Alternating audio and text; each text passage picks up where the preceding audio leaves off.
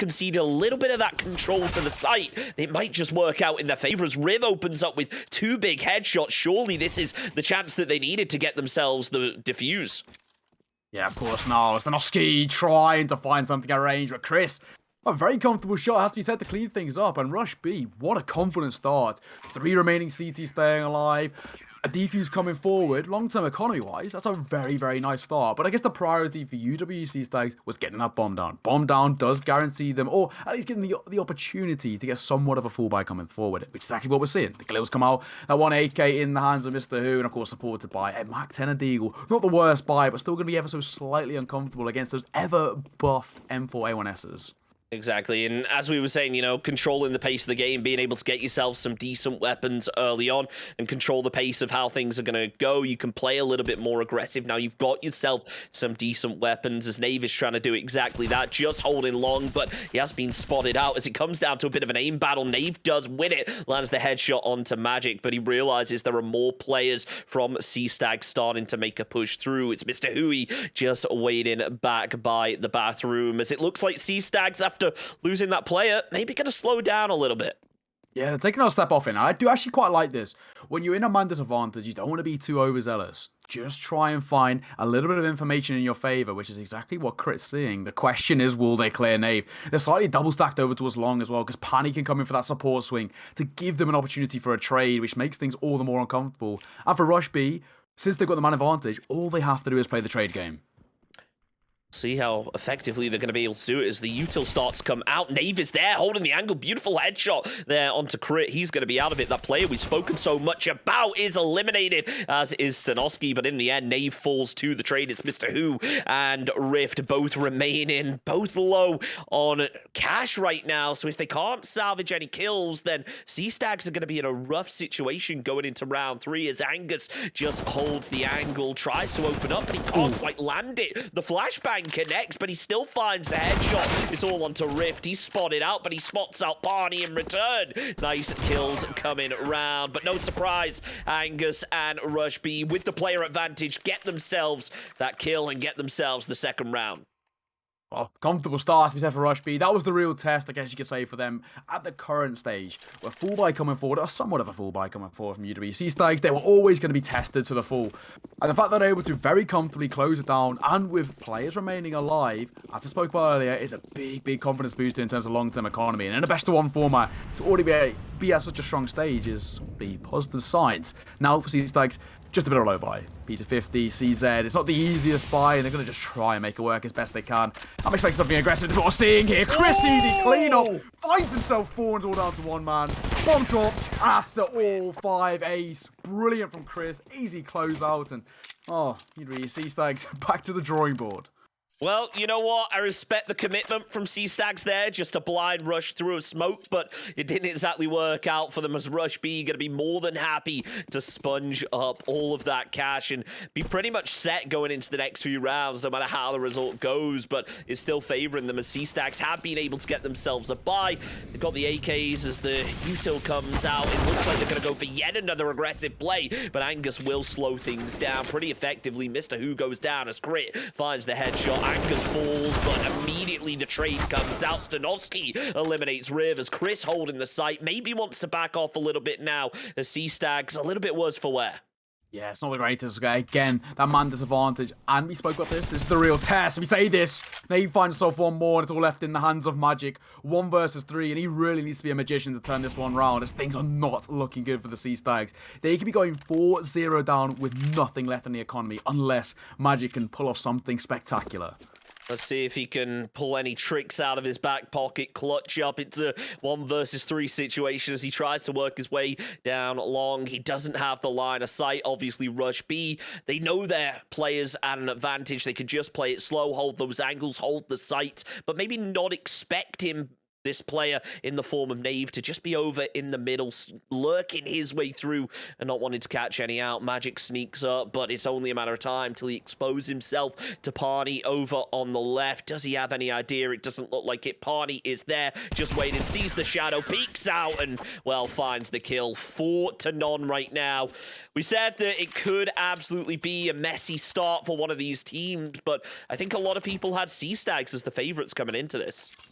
So I'd probably be leaning exactly the same way with you. I mean, I already mentioned with Crit's name, but Magic's definitely up there as well. He's played FBLC in both NA and EU. I mean, he's a guy who's got that European experience, as we spoke about. Mr. Who, of course, Danoski, both got ESL Prem experience. So very, very experienced players in their own regard, but being completely dismantled here. Yeah, it's unfortunate for them, but we'll see if they can salvage it as we hit round 5. Party able to hit some nice shots. Can't find the kill as the second player comes through for the trade. It isn't looking promising. Opens up with a spray of its own as the headshot lands onto Magic. Crit immediately back with the Deagle to shut things down, slow down the confidence. Now, Rush B, they may be set on the equipment and that utility, but if C-Stacks can carry over that momentum, then things could switch up, and, well, once they get started, there may be no stopping them. Yeah, exactly that. The momentum is such a big factor. Get that snowball effect into play, and that's where things could maybe start to work in effect for the C-Stacks. But so far, not the case. And very passive from Rush B. I like this. They don't need to overextend. They can just double down on the sides, play for, again, the trades in their favor, and especially with the lesser buy of the T side. That's what they really need to do. Double Eagle, double AK. And C-Stacks, they'll bring this one to a bit of a grinding hole. Yeah, they're slowing down. You can tell they're getting ready for an execute as they have been spotted. Chris is there with the spray and a second again. This tunnel is just so deadly for C-Stacks as Danoski tries to move out. Riv takes him out and, well, Angus finishes off the job. 5-0 right now.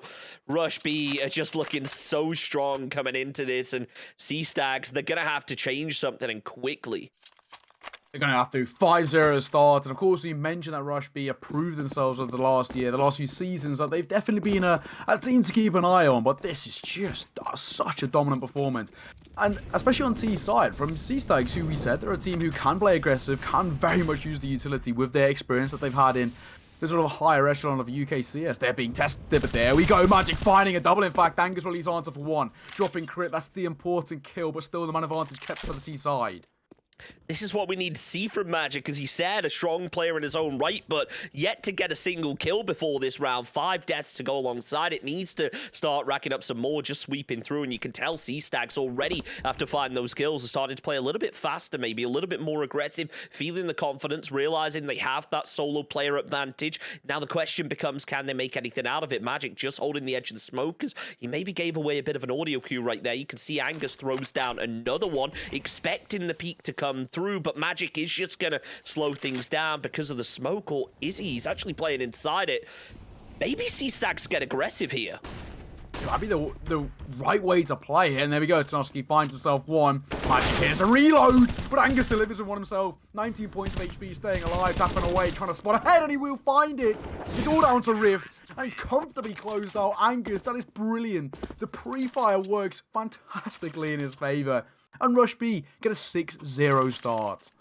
I can't help but ask myself, what is going on with C-Stacks? Even when they had that advantage, when it looked like the round was theirs to lose, somehow Rush B just clutch it out, and just that individual gun skill clearly coming out strong. You can see C-Stacks now forced to go on the eco, as it looks like they're just going to rush it, hope for the best. Flashbangs coming through, but unfortunately not going to connect, as, well, Rush B, they're aware of this. They play slow. Nav in the bathroom, as it just seems like C-Stacks, they're consolidated together. All it's going to take is Party to find that opening kill, almost finds a second, but Crit there alongside Magic with the Tech 9 to slow things down. Riv opens up onto Magic for Crit with a flashbang assist, gets Riv, and, well, it's all over yet again, just in no time. Rush B cleaning up and rushing to the end of the half, seemingly.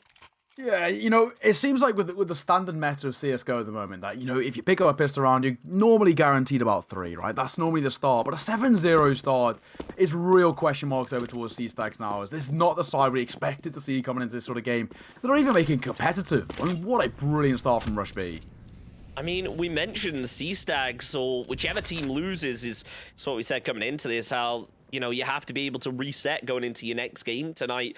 Yeah. I think they need to reset at half-time to at least get themselves a couple rounds, because otherwise that mental is just going to be absolutely demolished going into our second match of the night. But right now, they just need to focus on the round at hand. As Grit, beautiful little headshot right there to take down Knave, as, well, he is making those kills, but he's just not converting them into rounds, seemingly.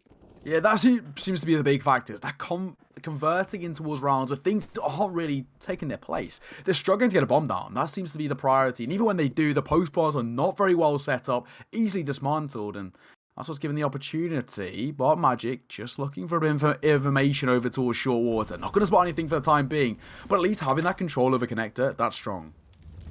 Rush B seemingly not exactly aware of how C-Stags are going to be playing this, not able to get the read just yet.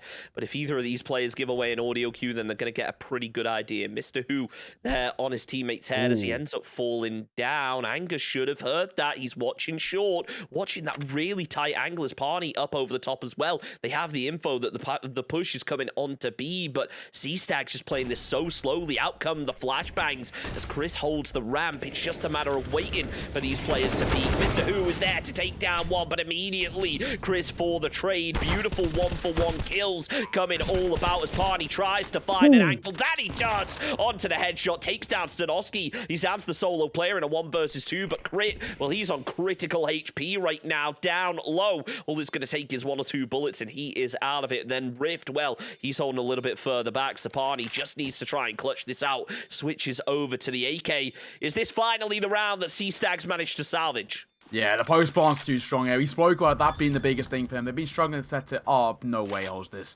Crit gonna peek in. Now he's gonna find himself one at the very least, but does he have the time to work with? I don't think he does. The thing coming forward. 1 second left on the timer. Rift will find C-Stags their first round on the board. That's what they needed, but the only problem is Rush B, they made that expensive. Credit for trying there. Credit for trying to stick the res. It just didn't work out for them as Rush B, well, they do concede a round, but they aren't exactly looking worried right now. Just look at that equipment, the weapons, the util. They are in such a strong position. Maybe C-Stags can carry over the momentum, but they're coming up against a brick wall right now if they want to pick up another round. Yeah, it's going to be tough as well, of course. Again, mid-control seems to be the priority. And I mentioned about making things expensive, and we see C-Stags are actually sort of falling foul to that. Sanoski only got a Galil to his disposal, supported by the full armor, flash, and smoke. It's not the strongest of buys. They'll try and make it work, of course, as they're looking to make the way over towards connector. And maybe that AWP in hand could be the big difference maker, especially over towards long. Absolutely, and you've got to bear in mind, Crit is on the other side, just waiting to go for the peak. He's only got an AK to work with, but we've seen him hit some nasty shots with it already tonight. Can he follow it up with even more? Has no info on the player just yet, as everyone on Rush B seemingly on the edge of their seats, just waiting for a little bit of info, and C-Stags doing everything they can to avoid giving that away. But now they know about the players in connector. Anger's going to be able to take down Mr. Who as the door opens. Magic finds himself the trade. It's a 1-for-1, so both teams still looking relatively strong, but I can't help but notice how much util Nave still has to work with. Yeah, holding that util late game is what's going to be a difference maker, especially in a retake as well. And I say a retake, that's even if C-Stags are able to get that bomb down. Only one apiece fallen from each side, and so far Nave just trying to remain alive to his favour. Does now need to be cautious of long, especially with all the noise he's making. Crit, he snuck his way forward.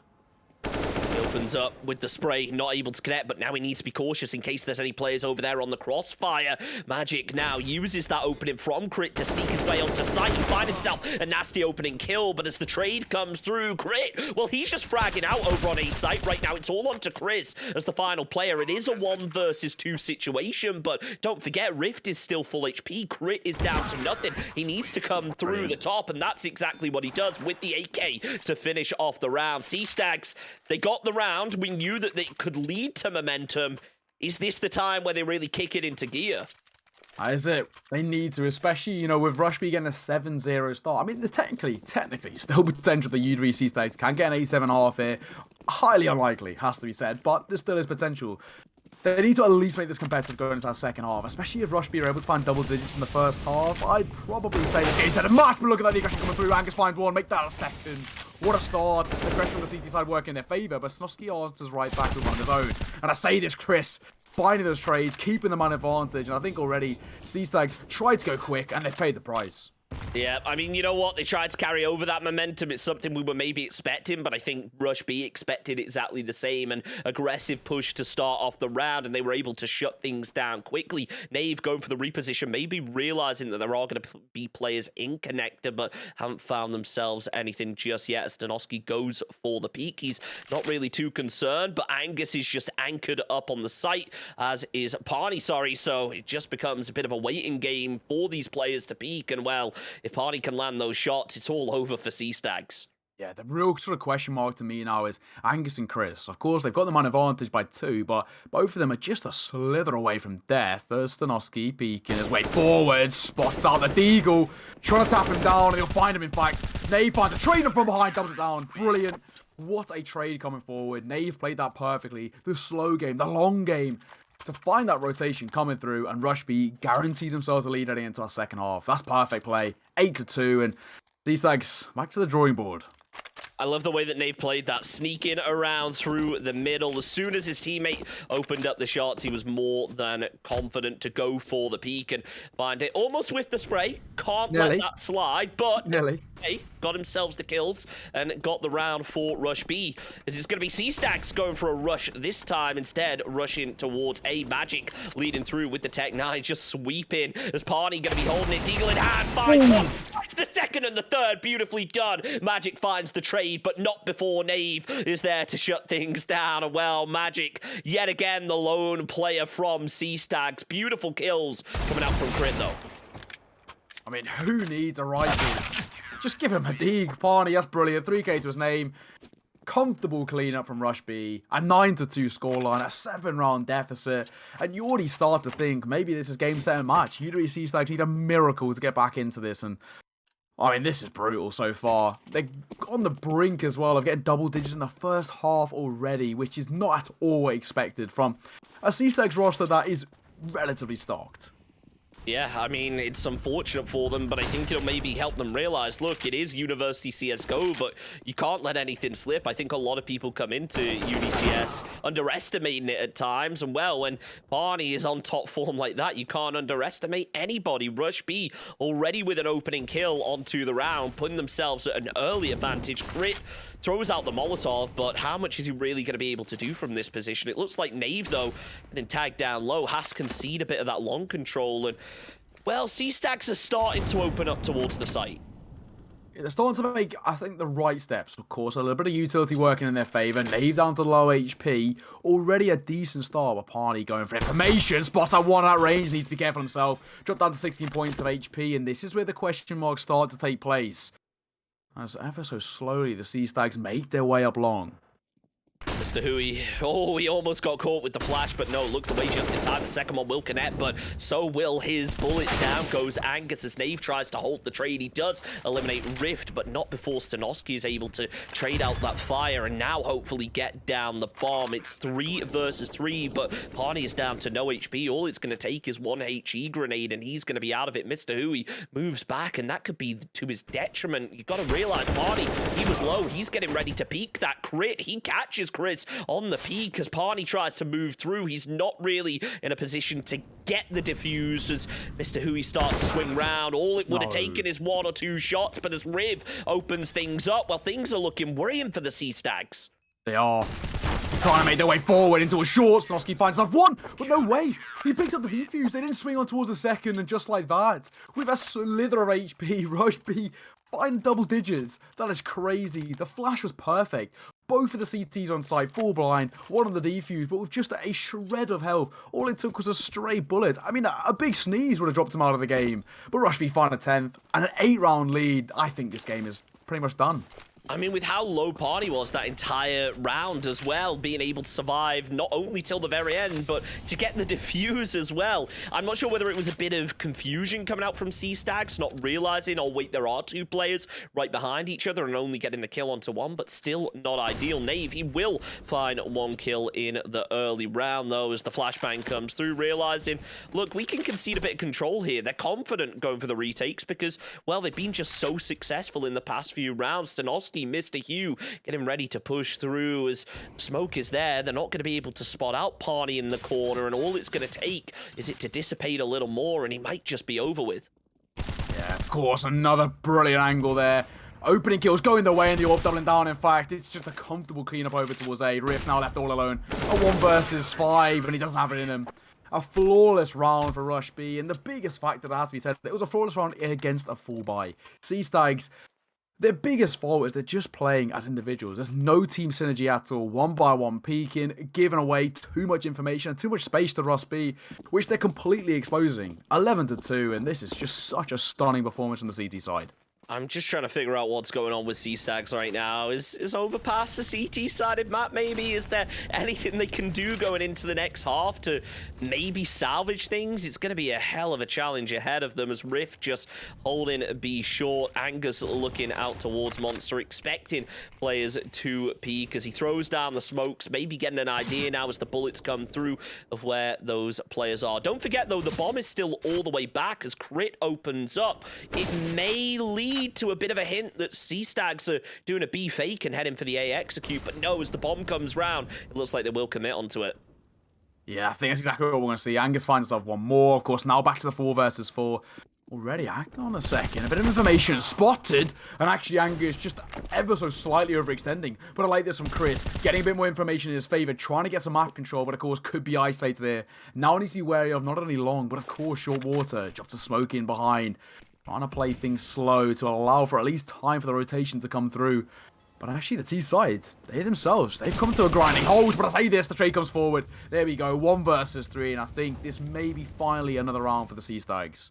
Yeah, Parney now is the final player left up. Look, we've seen him clutch out earlier. Let's see if he can do it again, as the player will be going for that plant. The Molotov comes right over the top, does the damage now in a 1 versus 3, making a 1 versus 2. As Stanoski falls, goes to the peak, realizes where the player's going to be, but it's just not enough as Mr. Hui there with the headshot finishes off Parney. And sure, Sea Stags, they get themselves a 3rd round, but even if the momentum starts now, we're going into halftime, and well, everything could change at that point. Well, I mean, what a half. This is not what I expected at all. I mean, I expected it to at least be somewhat, on the same page, these two sides. But 11-3, I mean, that is just dominant. And if Rush B find 12 here, that could make things all but less done and dusted. Again, Galil coming forward. Of course, Fam has to match it in the side of Riv as they're making their way tentatively over towards his A side. Flashbang comes out as they try to defend B, maybe not realizing just how aggressive AUE are getting towards A. As Mr. Hui there actually opens up with something onto Riv. This may cause a bit of indecisiveness, as you can see the bomb is all the way back over at the entrance to Connector. They're both trying to find an opening onto either site, as it looks like Rush B are all but committed on 2B. Dave goes down, so maybe have to rethink their positioning, but so many of the players are committed onto a position. All it's going to take is one more kill, and well, things might just change. Parney is going to be all the way over at A as Angus falls. Chris is there for the trade, but it is a 4 versus 2, and well, while the round has gone in their advantage so far, can they keep that momentum in the second half? Exactly. And of course, now down to the last 2. I'm not going to count them out, but it's going to be a tough task to say the absolute least, because Parney and Chris really need to put something special, and Parney just playing time. Nice angle for him. We'll spot out 1. But of course, big trade coming forward. It's all down to 1 man. Chris in a 1 versus 2. Low HP, but the trade comes forward. 11-4 off. And Rush B, regardless of how you put that, complete dominance. Yeah, no other way to put it. Rush B just having an amazing half right there, taking 11 rounds to 4. Really good to see. Now the question becomes, Sea Stags, can you change things? Can you improve things on the CT side? Is there maybe going to be a change in strategy? Are they going to have a bit more confidence? Because it just seems like right now it's all over the place for them. Yeah, spot on. There definitely needs to be, right? There's just no sort of coercion, no synergy coming out from Sea Stags. But of course, now on CT side is where it's needed most. But I say this, Stanoski peeking in towards mid, getting a bit of information, and very smartly just falling away, waiting for the rotation. Yeah, I like what they did, and obviously committed that many players over to B in case of the rush, but as Stanoski got the info that there are players at A, they immediately go and backfill. Can't help but notice, though, Rift is playing Connector, expecting maybe a bit of a rotate to come out from Rush B, and that looks to be the case as well. We thought they were going to push over towards A, but immediately coming to Connector, now ready to come to blows, potentially, against Rift, holding that angle, and that's exactly what happens. Headshots found, left, right, center, Magic gets a trade. trade as Nave does the same. 2 players now remain from Rush B. Make it 1 as Angus the solo with the Glock. Can he land the headshot? Yes, he can, but Crit is there for the trade. C-Stags, well, they started the momentum on the T side. Maybe, just maybe, they're going to carry it over.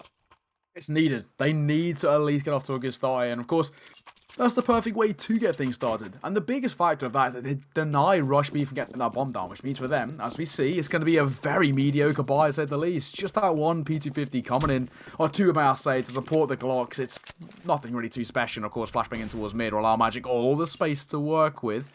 Won't spot out anything as, well, for Rush B, the priority here is getting a bomb down. Will they be able to is the big task and the big ask, but it's going to be unlikely. And it'll put them in such a good position if they do, you know, being able to get that economy going into round 3 and, you know, maybe salvage a buy of some sort. We'll see, though, as Parney actually goes for the cross. He isn't going to be spotted out. Crit, though, as he plays a little bit further back. He's going to be able to see a couple. Has the M4 in hand, popping that tap fire over, but no kills coming of it. Only a little bit of damage onto Angus. He's going to be forced to move back. Ooh. Mr. Hui there, watching the crossfire, and it works out beautifully. Finds 3 as Crit, well, he goes the repeat and cleans up the last 2. C-Stags, well, things are starting to look promising for them. Yeah, already a nice start, has to be said. Maybe slightly expected in that round, especially since the big variations in terms of firepower, but that's really nice. C-Stags started to find a bit of comfortability, started to cement their feet in this ground, and of course the question is, can they keep that snowball effect working? This is the real test though. The AK's coming forward, and this made Rush B one of them exactly that, Rush B. Well, you know what? Live by your name. Maybe it's a sign of what could lead to success. Stanovsky tries to hold that smoke, having the same success that Cal had earlier on in the game, but seemingly not to be, as Chris opens up onto Riff. Mr. Hui doing some work of his own. Stanovsky still holding, as Nave sneaking through the smoke actually finds the headshot. It is a 2 versus 3, but both of the Rush B players are extremely split from each other right now. It is just going to come down to those 1 versus 1 aim battles, not really having the opportunity to play for trades in the way that you'd really hope to in a round like this. Of course, exactly that. Magic make his way forward. Oh, Nave, beautiful shot. Heard the sound cue. That's all he needed. Now, of course, the biggest factor is look at the control he has. But not only that, he's baiting a rotation. All Parney has to do is wait and hold. Just play time to his favor, and that's exactly what they've done. The CT side arguably played this very smart in terms of the fact that they're double stacking, but it's the wrong side. Yeah, I mean, Parney just holding back with the bomb. It looks like he's going to allow Nave to sweep through and clear out the site first, but surely as soon as C-Stags realize there's no one on A, they're going to immediately backfill. They're going to realize the bomb hasn't come out. There's only 30 seconds left on the clock. Rush B, they need to get aggressive onto this and get the plant down before C-Stags really clock on to exactly what's happened. They're starting to realize now, hey, there's no sign of players over at A. We should maybe switch things around. It sounded like a bit of util was used there as Parney will go for the smoke, ready for the plant, and now, well, that's going to give the cue to C-Stags. Crit pushing through, but Nave is there. He spotted him. He might just be able to sneak up round the back and catch this player off guard. Oh, he does as well. Finds himself 1. Takes a ever slight bit of damage, but all he has to do is fall away. And now, of course, the 2 remaining T-sides just play the double stack. Nave spots an flashbang to come forward, will reposition, and in fact, Crit all alone, makes a sound cue. They know exactly where he is now. The post plant, 0-2 passive. That's all he needs to do, and just like that, I say that. Finds more damage, taps the bomb, and no way to stick this in the smoke as well. They need to swing and try and get him off it. But he's only just not going to be able to find it. Rush B convert around, but it goes right down to the wire. Half a second in it right there. They nearly had it, but not to be as well. I like the level of confidence coming out from the C-Stags, and maybe deserved by the number of rounds they've been able to chain together, but looking at the scoreline, it was a risky play to make, and really just trying to salvage it, get the defuse, and get a bit of cash, because right now they are struggling for it. Yeah, you can say that again. Not the easiest by any means. 9-7 going forward, and they're very, very nearly finding themselves 1. Crit release from the trade. Bring back to a 4 versus 4, but still the firepower is everything. That's what we're starting to see as Riv just tearing them apart at range. Yep, Crit, Rift, now both Two players remaining. We've seen both players do big things with the Deagle, though, in the previous half. So let's see if they can continue that. As Chris tries to go for a bit of a wide peek, he'll get punished for it. The head, well, it's completely visible, and Rift going to be able to spot it, no problem. Party, though, gets himself a trade. It leaves Crit as the final player. Deagle in hand, going to try and play down below, actually, rather than up top. It's a good read as the Molotov comes through. He's just trying to take the peaks, but at this point, Rush B completely control the site. They're going to have a read on it. He opens up, can't find the head, only the body, and for that reason, Nave, well, he gets the kill, and Rush B now potentially going to start growing that lead out even further. I think that's what we're going to start to see here now. Rush B, very, very comfortable CSGO coming forward from him. And the biggest factor, really, is it's very, very simple, standard CSGO, but it's working. C-Stags can't find their way around it, and well, all they have to do is play that trade game. I've said time and time again. Of course, fullback coming through from the CT side now, and they're trying to... early doors find a lot of map control, in fact. Mid is completely in their control. A double Molotov coming forward, and now they can really cut off rotations and catch players in transition. This is really nice to see from the C-Stags as Rush B. I'm not sure whether this was intentional, whether it's a bit of miscommunication onto what exactly they're going to be taking a fight onto, but now they're pretty much surrounded. If, for instance, you know, Stanovsky decides to get aggressive and move around, then they're going to be pinched. I maybe speak too soon, though, because Nave was able to find a beautiful little headshot there to eliminate Magic. The man advantage goes the way of Rush B, but as Rift starts to clear through, they slowly start to claw back that zone control. Well, already, Nave just staying alive. Mr. Who as well on the big flank. He's getting a lot of information in his favour, and of course, at the back of that, can call for early rotation. The question is, how far does he go? Spots one! Finds himself just about Angus, but nearly whiffs it. Party finds the of Ailey, trying to stay alive, but Rift off the site, causing problems, and Riv now stuck between two places. But I say this, and he delivers twice. That was beautiful right there from Riv to be able to remain in it. They still have two players left, but the bomb is down, and Mr. Hui is already going to be on its smoke, ready to dissipate. But as the player peeks through, his feet are spotted out. Mr. Hu now has the idea, but as the bomb's being taken away, he has the cue that the player's still inside that tunnel, able to land the spray and shuts things down. There's only 15 seconds remaining on the clock as Riv finally goes for the peak, but Mr. Hu is there for it and finds the headshot. We thought it was going to be an absolute slaughter coming out from Rush B going into half-time, but it looks like C-Stags have really surprised us here in the CT side. Yeah, they are starting to step up. We're starting to see a bit of a transition in their playstyle. Again, we spoke about early map control going in their favour, and of course, off the back of early map control, that's where they get the information. And that's exactly what we saw. Mr. Who, perfect from him, finding, of course, that complete mid-aggression in his favour. You could maybe say ever so slightly fortunate to be given so much space to work with, but capitalised with 3 kills, and of course, a clutch in the 1 versus 1. Much better from C-Stags, and of course, they're starting to chip away at that quite substantial deficit. And you can't help but notice as well, Crit being able to remain, you know, with a decent amount of cash. He's invested a lot into utility right there, as Mr. Who, obviously, having that AK, was able to drop an M4 over. So it puts C-Stags in an all right position. We did see the timeout, and it looks like Stanovsky may be having some issues right now. Not going to be in for this round. Stanovsky not here could be slightly a bit of a question mark. They're playing already at a man disadvantage, and even still, no armor, no buy. If he does come back in time, it will be ever so slightly problematic. But I say that problematic. Mr. Who finds a double. Riv doesn't even check that close angle, and just like that, it does not matter. And Crit follows up with another as well, so maybe being at a man disadvantage isn't so bad for them after all. Stanovsky is back in it. He is going to be making a move down, but it's all down to Parney and Nave. And we spoke about the CT side and their, you know, equipment and economy, but I think we forgot to mention the fact that the T side right now, they are at the bare minimum in serious trouble if they don't, you know, salvage some kills or even the round at this point.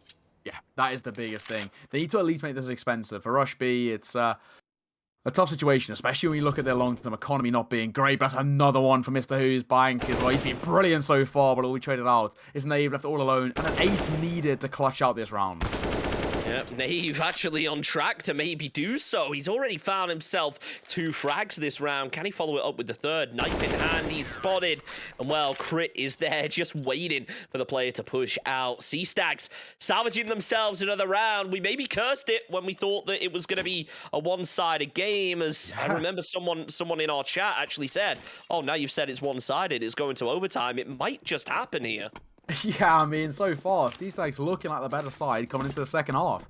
And, of course, the real question mark is what's happened to Rush B? Their tempo definitely slowed down. They're consistently being caught in transition, and that's working all in the favour of the C-Stacks. But in comes that nice step up in aggression, trying to go fast, but, of course, they'll be met by Mr. Who. So far, it's been so good, but only good for one.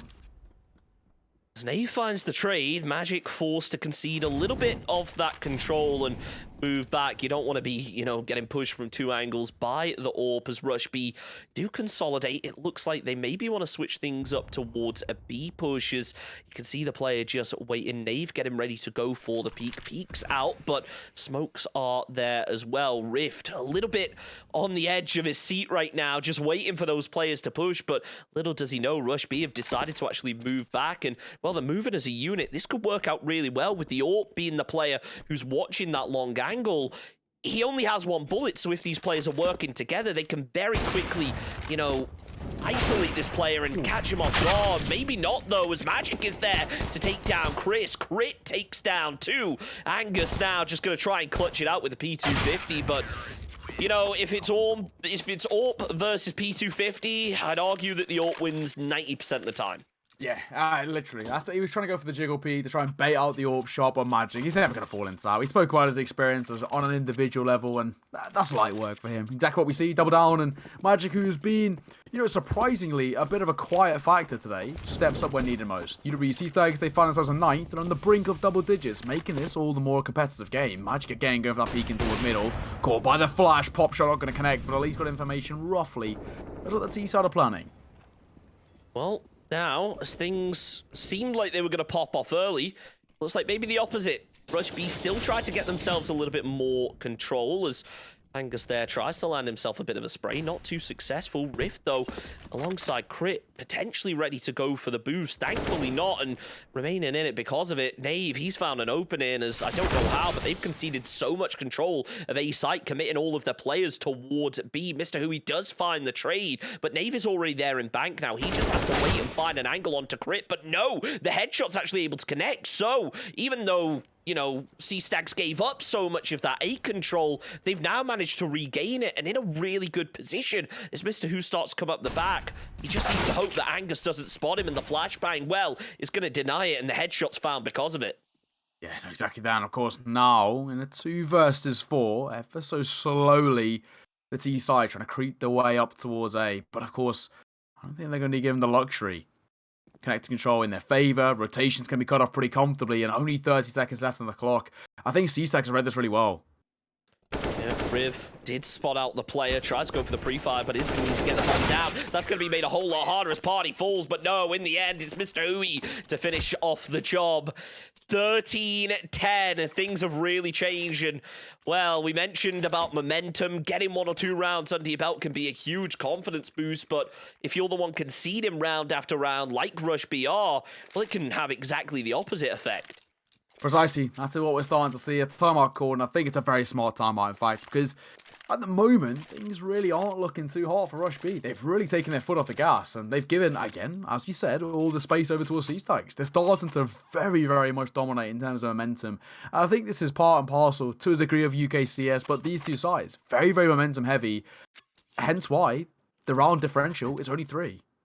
Yeah, it's interesting to see. Now the question becomes, can AUE carry on that momentum all the way across the finish line? As I mean, it's going to be a tricky one, but it'll be made a whole lot easier by the fact that Rush B are all forced down to pistols right now. The HE grenade does connect. Not sure whether it really did too much damage, as Chris is down low. You can see Riv start to find an opening through the middle, but AUE just playing back at the site as they should be doing. Sure, they're not going for that flashy playstyle right now. They're just holding steadfast on the site, and when it comes to it, when it comes to those 1v2, 1v3 situations, they're making them count. They're finding 1 or 2 players and using that cover to their advantage. Spot on. And of course, a minute 10 to work with as Rush B have done quite the opposite. Really slowed down the tempo. Of course, not got the best buy by any means, so trying to just look for something. In fact, just a Deagle peeking above Dice, waiting for an opportunity, but I think Angus himself was spotted. Yeah, he tried to scout out as both players just jumping up, making some noise. 50 seconds now remain on the clock, and now you got to think the execute's going to come out. But as Nave falls, it maybe opens things up a little bit more for C-Stacks. They've already found themselves an opening kill as Crit holds the crossfire, lands the headshot, and just in a matter of seconds, they completely shut down Rush B. Clearly, maybe the slow, methodical strategy is not what they would need to do. Maybe Rush B is exactly the strat that they should be pulling out. Yeah, I think in that sort of situation as well, especially when you got a low buy, just the pistols, step up the tempo, try and guarantee as much as you can to get a bomb plant. You want to try and overwhelm that CT side hold, and they weren't able to do that at all. Hence why it's now only a 2-round differential, and C-Stags could be in the driver's seat here to start running away with this game, but I tell you this, Angus finds a team kill in fact. Nothing going the way of Sanoski, completely whiffing the spray, but staying alive. Will only be able to find a bit of damage as Rift and Crick come alive, and after arguably saying Sanoski's very lucky that he had the support of his teammates, because that could have been that B-side completely lost. But Rush B, they fall apart. So they've tried the slow A push. They've tried the Rush B, send it in push. What else can they try? Because it seems like nothing is sticking. They're throwing everything they can, but C-Stags are just posted up. Maybe the CT side is just where both of these squads seemingly shine. And then when it comes to the T side, things just fall apart. This may end up going the distance right here as we hit round 26. They do play a little bit more split. Nave over towards A, but has conceded damage and now will likely start to move back. Of course, these 5 AKs lose this round, and for Rush B, that's that economy going to be completely shattered, unless, as I mentioned, they can get that bombed out, which even still seems like a big arse. Boost coming forward, Magic finds the first, brilliant start, Angus will at least find the trade, Flashbang coming forward, trying to give Chris a little bit of space to work with, but he's pinned into a sandbags. Mr. Hoey there for the kill, takes down Angus, nicely done. As they do manage to gain themselves that player advantage against Stanoski, just holding the tunnel as Chris, kind of in no man's land right now, realizes he needs to peek out, needs to find an opening. His whole team really relying on him right here. You'd almost hope that maybe Chris and Riv will just play together, peek out, go for the trades, but it opens them up to a big spray right there. Chris goes out first, though, finds himself the kill onto Crit as Rift takes down 2. Stanoski finishes up the job. It's 13-13. How things have changed from that first half where it just looks so one-sided to C-Stags getting round after round consistently, now in exactly the opposite position to last half. You know, Overwatch's one of those maps, you know, it's very easy to argue, it's CT-sided. No one's going to take that away from you, but not this CT-sided. Both sides been completely dominant when it comes to the CT side, and arguably completely useless when it comes to the T side, which is quite surprising. We do see this as one of the more execute-style plays of maps, and well, we're not seeing any of that. Rush B struggling to find any space, struggling to find even a bomb plant that we spoke about was one of the biggest issues for C-Stags in that first half. Both sides are feeling the effects. And what we're seeing now is a 13-13 scoreline with C-Stags in the driver's seat, momentum completely in their sails, and very, very close to closing out this best of one in their favour.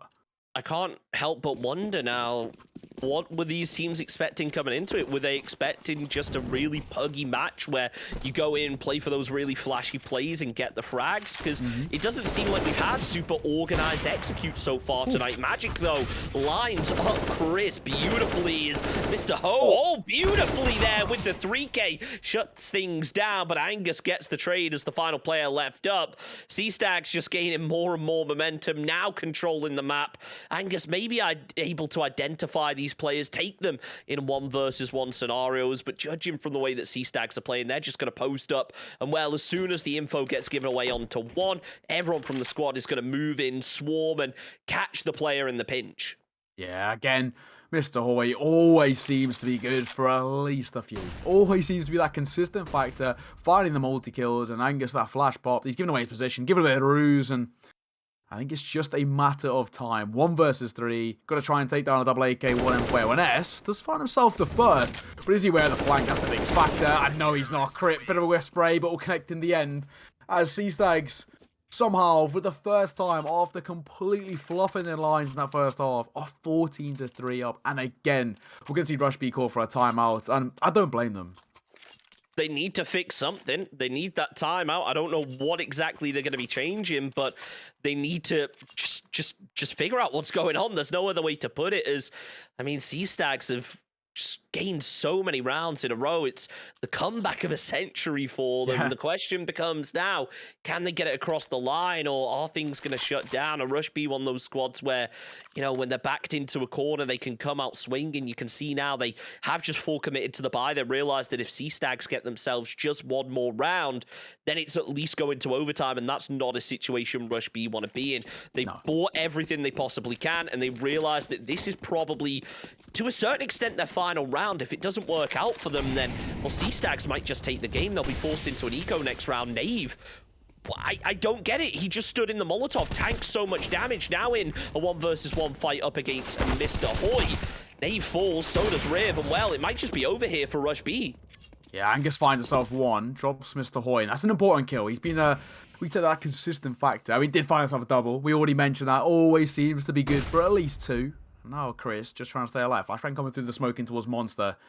And so far, so good if the Sea Stags. Man advantage, full HP on all 4, and real question marks over to Rush B, as they have absolutely zero control of the map. It's worrying. That's all I can really say here. I'm worried. Rush B, you know, they showed such potential. They're a team that have done well in previous splits, but this time around, just nothing.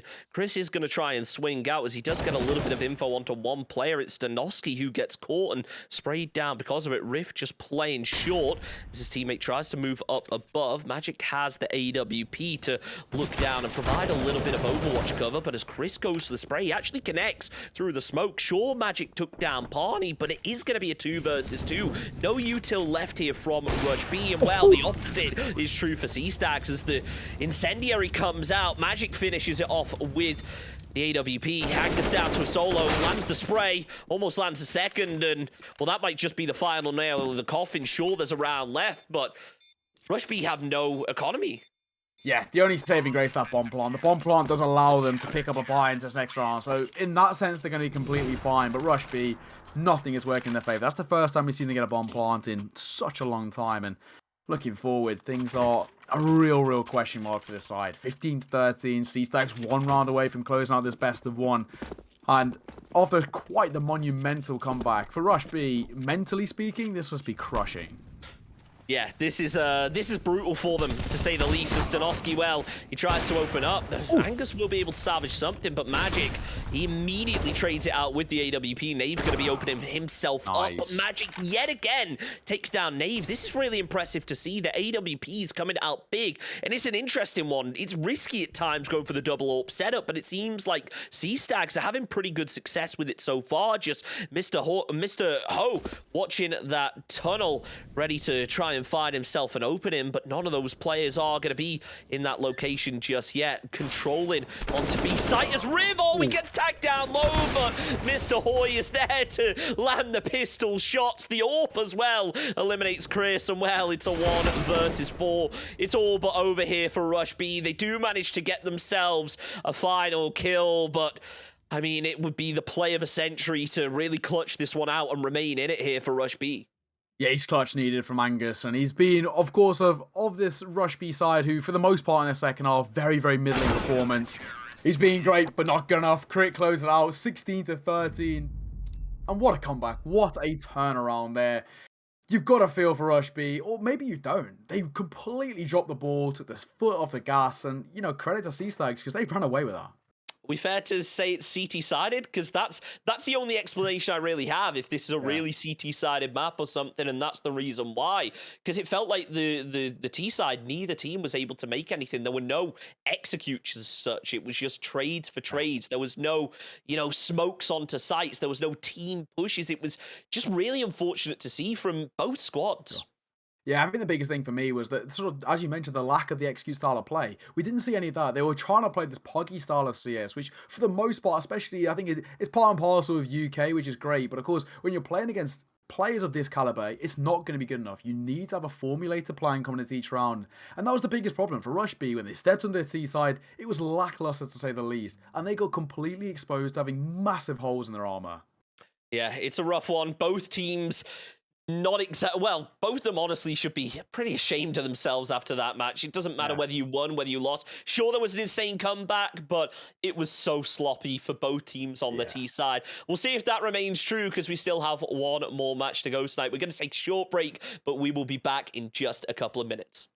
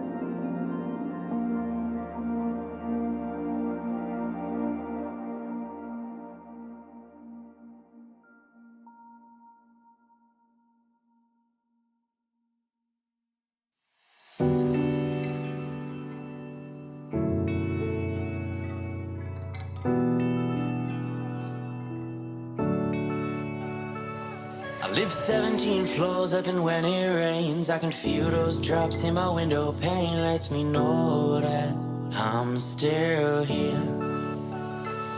But when the sun comes out, I will go outside. When it breaks through clouds, I will give a smile. Lets me know that I'm still here. Sometimes I want to run away,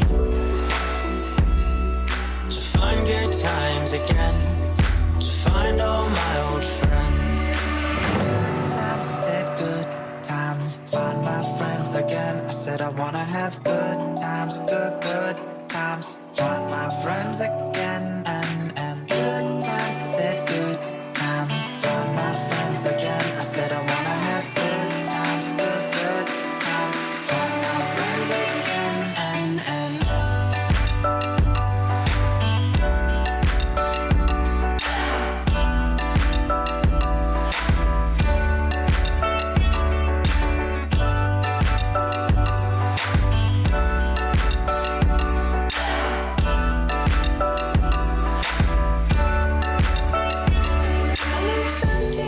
up, and when I cry, I can see this city through my watered eyes. Lets me know that I'm still here.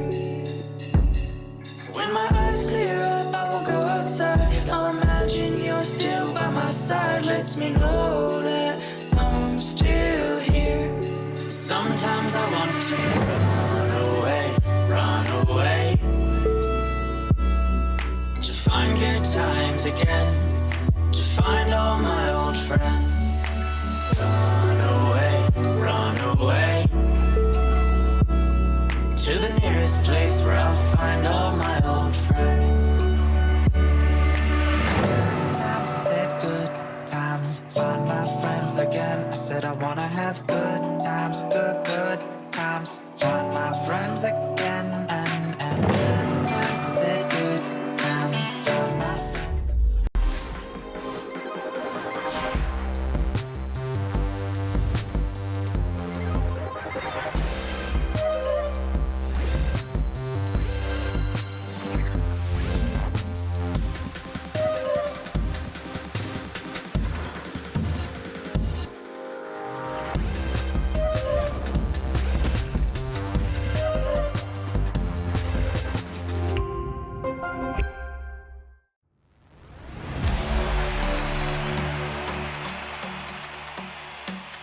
At SteelSeries, we make the headsets, mice and keyboards that the world's best gamers win the most with. And we've been doing it since way back. Due to continued innovation and product development with leading professional gamers around the world, SteelSeries is the #1 brand for professional gaming gear. Congratulations, Fool wins it. The Na'Vi to take the grand final 3-1. A lot's changed since then, but one thing always stays the same: winning.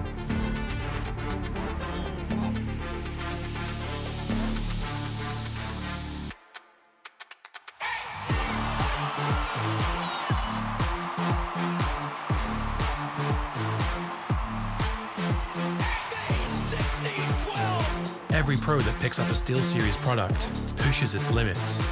That's what makes us push ours. It's up to you how far you go, but whatever you do, go for glory.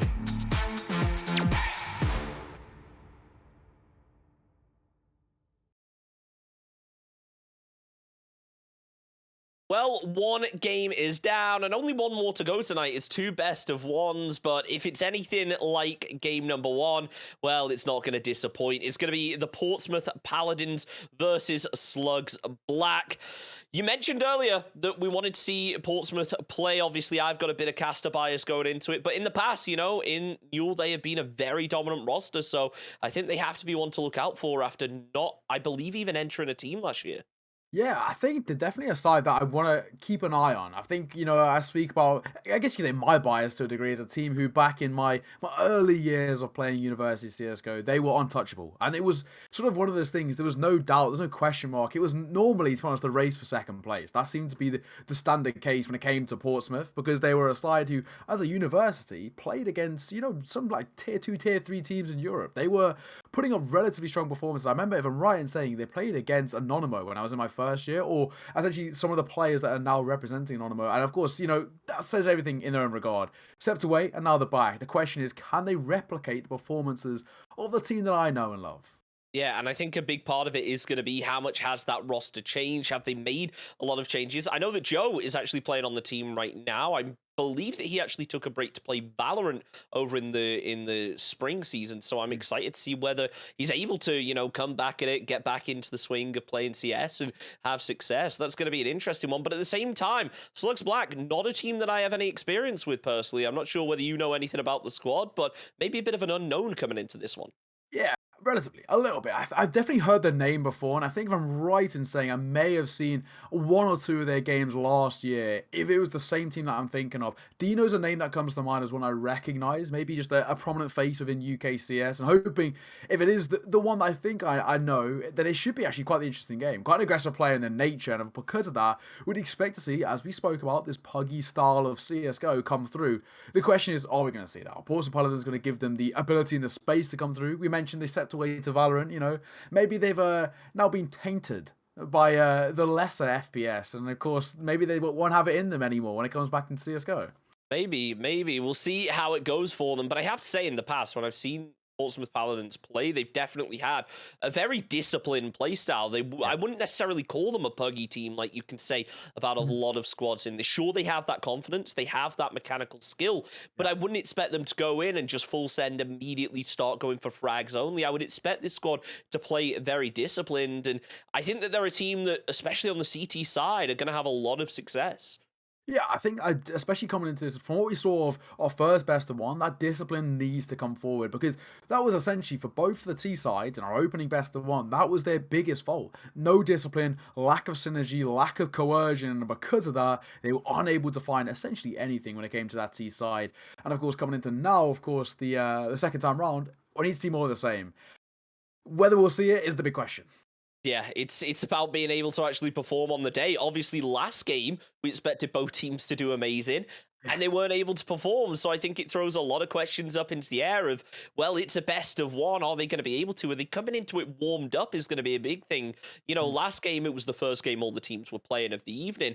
But tonight, both squads have had a match already to prepare. So hopefully we're not going to see that sloppy start to the game like we maybe saw in match number one. Hopefully both teams are already warmed up and ready to go. Yeah, exactly that. They've got that sort of the first game jitters out of the way. Now the confidence comes through. Now they can start to actually play their play style that we know that they can do. But into the second game, they need to come into it quick, right? We need to, again, as we spoke about, dictate the tempo and their playstyle from the get-go. Whether we're going to get that really is up to, I think, a big factor, as we said, as we spoke about, Portsmouth Paladins and their sort of playstyle coming through. As they weren't sort of present, I guess we could say, in the previous seasons. They now have this sort of, as we spoke about, the unknown identity about them, which does start to bring a couple of question marks of how Slugs Black on a player. Yeah, I think it's going to be an interesting one, how Portsmouth Paladins are really going to run the game, because if it is the squad that we've seen in the past that have had so much success, they are going to dictate the pace of the game, and if they want to play aggressive, if they want to try and keep Slugs on the back foot, then they might just be able to, but at the same time, being one of those squads that's able to stay disciplined, to play slowly and play as a team, it's going to be interesting, and what I want to see this game is something that we didn't really see too much on Overpass, and it's actual executes onto site. We saw a lot of pushes, we saw some flashes, some smokes, that kind of thing, but we didn't have any real team setups, and I think that's something that, going into the later stages of new CSGO is really going to separate those top teams from the ones who really are just playing for the hell of it.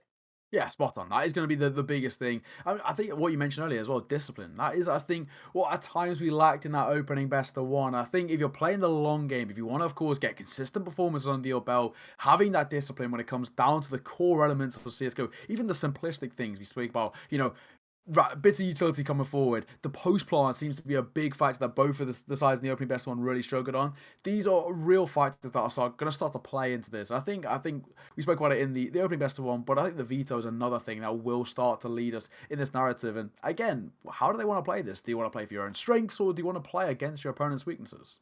Yeah, it's going to be an interesting one to see. We are just waiting on those vetoes right now as the players all get loaded into the server. Obviously, they just finished their first game, so Yeah. depends on how long ago that finished. They might need a little bit of a break before getting into match number 2, but you got to hope that it went well for both of them, and they are going to be able to carry on that momentum, because it's something that last game we saw, once you start slipping a few rounds, it's really hard to salvage them back at times, and if they're coming off a really strong win, they've got to be feeling good coming into this one, and potentially going to start things off with a bang. Yeah, I think coming into this as well, as we spoke about, the map pick is going to be quite the big factor coming in. Are we going to see those puggy style maps come through? We spoke about Mirage, Inferno, Dust 2, I think, are the most common, especially like the Dust 2 and Mirage. If you ever step into any sort of MM or any sort of face it, you're always mainly going to get one of those two. It's kind of a map that everyone knows and loves. And of course, the biggest factor is that the utility that you see come out onto it is so bog standard that it really is down to your individual prowess, which hence it has that puggy nature about it. But we do like to see the UK teams step away, start to branch out a little bit. Vertigo is a map that we could definitely potentially see. And again, as we mentioned, Overpass at times does seem to be the home of the UKCS. Yeah, I'm trying to think if there's any maps that I haven't had a chance to cast for Newell so far. I feel like the only ones that I haven't casted are Ancient, and I think we've only had one Dust 2 game the entire time I've casted for Newell. So I want to see something a little different. We saw, last stage, a lot of Inferno being played by those squads, and I think that is one of those maps that really separates the stronger teams from the weaker teams to a certain extent, because, it's one of those maps that relies on that team play, and it can really, if you are a disciplined squad, like we've talked about the Paladins being, can be so beneficial. So I'm excited to see whether we do end up somewhere like that, as I believe the veto will be underway very shortly. So I'm excited to see how teams decide to play it and maybe get a bit of early insight onto where we're going to end up. Yeah, I still think early doors, especially the opening, 2, 3 weeks, I would definitely, probably expect teams to lean towards those Poggy Tyler maps, because you don't really want to, especially now with, a new team. And of course, in that sense, you maybe not have that synergy built up, which you would have later days. But of course, the veto starting here and now is where things start to get underway. Overpass, the arguably, as I've said at times before, the home of CS, the first one out of the equation. So, a new map as our second game of the day is, we'd love to see that. Yeah, we don't like playing the same map back to back. Nuke going to be going out after it. I'm starting to get the idea that teams want to go for a bit of a puggy map right now. Overpass and Nuke, both maps that are very team focused. Obviously, our first Overpass of the evening felt like wasn't really that. So going to be interesting to see whether we do end up somewhere a bit more aggressive, as Inferno's also out of it. So I'm really getting the idea now that this is just going to be a frag fest. Yeah, unless they want to make their way towards Vertigo, which I say, in my opinion, is probably the most util-heavy map. That and Nuke in that sense. Ancient going to fall. I think it was pretty expected. Most teams, especially at this stage, especially in sort of the lower tiers of CSGO, you don't really need to get onto Ancient. Very, very complex, very methodical style, not needed at all. And we, of course, still have 2 out of 3. Make that 1 out of 3 of the puggy maps. Mirage and Vertigo left here, and what are we going to get? Is it going to be arguably the puggiest map of them all? It is. Mirage, Vertigo dropped out, and there we go. We're going to the home ground of everyone's CSGO experience. Mirage, very simplistic style of play, all the utility everybody knows. So, of course, a heavy reliance on individual prowess. Yeah, I like it as well. You can just go with kind of a standard setup as such. Yeah. You don't need to be pulling out these 4D strats that you maybe save for the maps that you play less. You can go for a standard setup. And sure, if things don't go your way, maybe you can switch things up, go for some bit more exciting strategies. But for a squad like the Paladins that we've said so many times, very disciplined, I think this is the perfect site, the perfect map we could end up on. I mean, A site, for instance, it feels like the perfect place. Everyone knows how to execute onto A on Mirage, so I would expect this to be a really close-knit fight. And it all comes down to Slugs Black, honestly. I think how they play it is really going to decide the pace of the game. They want to play it puggy, sure, you can do on Mirage, but at the same time, if you want to play methodical, want to play more utility-focused, it's absolutely a map that can support that. Yeah, spot on. I think as well, especially early weeks coming into the sort of the null tournament, right? Where, as you mentioned, you may not have had enough time or any time, in fact, to really play with each other, really understand your teammates' sort of play styles, how they like to think. In that sense, play things safe. Go for an easy pick coming out, a map which everyone knows on. And, you know, in sort of the worst comes to worst situations, you can always just fall back on your defaults, which on Mirage are very, very simplistic, as you mentioned. The execute over towards A, smoke over towards CT, smoke towards jungle, very basic stuff. Because of that, in hard times when things aren't going well, you can fall back to the very, very standard style of CSGO, which, you know, at this sort of level is definitely the thing to do. Yeah, absolutely. Just a good old-fashioned game of CS where you can frag out, you can play a little bit more utility focus. You are flexible, and that's something I'm really excited to see. We're going to get into the game in just a second, but before we do, I just want to thank Intel and SteelSeries for supporting this event and making it all possible. The new CSGO would not be happening without the match number 2 of the evening getting underway shortly. The teams are just deciding what sides they're going to end up on. It's Portsmouth Paladins that won the knife round, so what do you think they're going to go for here? Obviously a disciplined squad. Maybe prefer that CT side sometimes. Yeah, CT side all the way. If you win a knife round, go CT side on Mirage. It's a slightly more CT sided map. We've definitely seen teams be more dominant on their T side, but that always falls back to individual prowess, as I like to call, and that's exactly what we're going to see. Going over towards that CT side, as expected, because it sort of allows you that more comfortable pick coming forward. And the question is, can Slugs Black answer back? Yeah, well, we'll find out soon enough as it's underway. You can already see Slugs Black with that util getting ready to do something. Looked like a bit of confusion as to exactly what was happening there, but they've already sent 2 players over to B. Are they going for an early game fake here? I like this. There's only 1 player from Portsmouth Paladins actually over at A right now. So if they do make a bit of noise over towards B, it could be the perfect opening for that bomb to just sneak onto the site and go for that kind of sneaky play to kick things off. Yeah, so far, very, very slow, but in comes a bit of utility. Slugs Black trying to find something, but from above, it's Joke to find one. Shabby coming in for support as well. The trade's working in their favour. The USP just pulling them apart. Shabby doubles down, and just like that, is left to Dino and LTH to try and at least find a bomb plant to give Slugs Black an opportunity going forward. That's the danger when you have so many players going through that underpass. It can be a tricky one when someone's just holding that window. Joke was there to shut things down before getting traded out himself. Lith and Dino both remaining as they try to open up. Dino falls, Lith gets the trade onto Shabby, but it's all for nothing as Spacers is there to finish off the job. Portsmouth Paladins will be taking that opening round, and, well, if last game's anything to go off, they're going to be looking good going forward. A decent economy and a good economy on CT side almost feels more important than on T side because you can just post up, use that util, and delay the push as long as possible. Yeah, nice start. Portsmouth Paladins, CT side, as expected. And I think the biggest factor was those opening kills working in their favour. When you have such a significant man advantage, on a pistol round, it's normally going to play into your favour. The post one not able to be set up, and now they're left with a double AK setup, 1 Galil, double Eagle, and it's asking a lot, especially when the M4A1Ss have that range.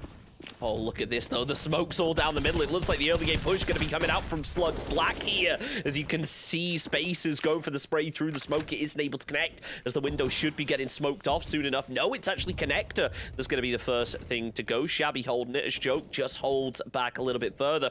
Shabby, the only player really in a position to try and defend mid at the moment. HNT gets ready to walk up through the middle. Shabby, fully flashed, but still finds the headshot. Beautiful opening there for Portsmouth Paladins. Joke spins out wide, takes down Lil Faith and Lith as well. It's all down to Shin-Chan to try and remain. Found an opening, but not for long. Spacers is there to shut things down. Portsmouth Paladins starting out strong.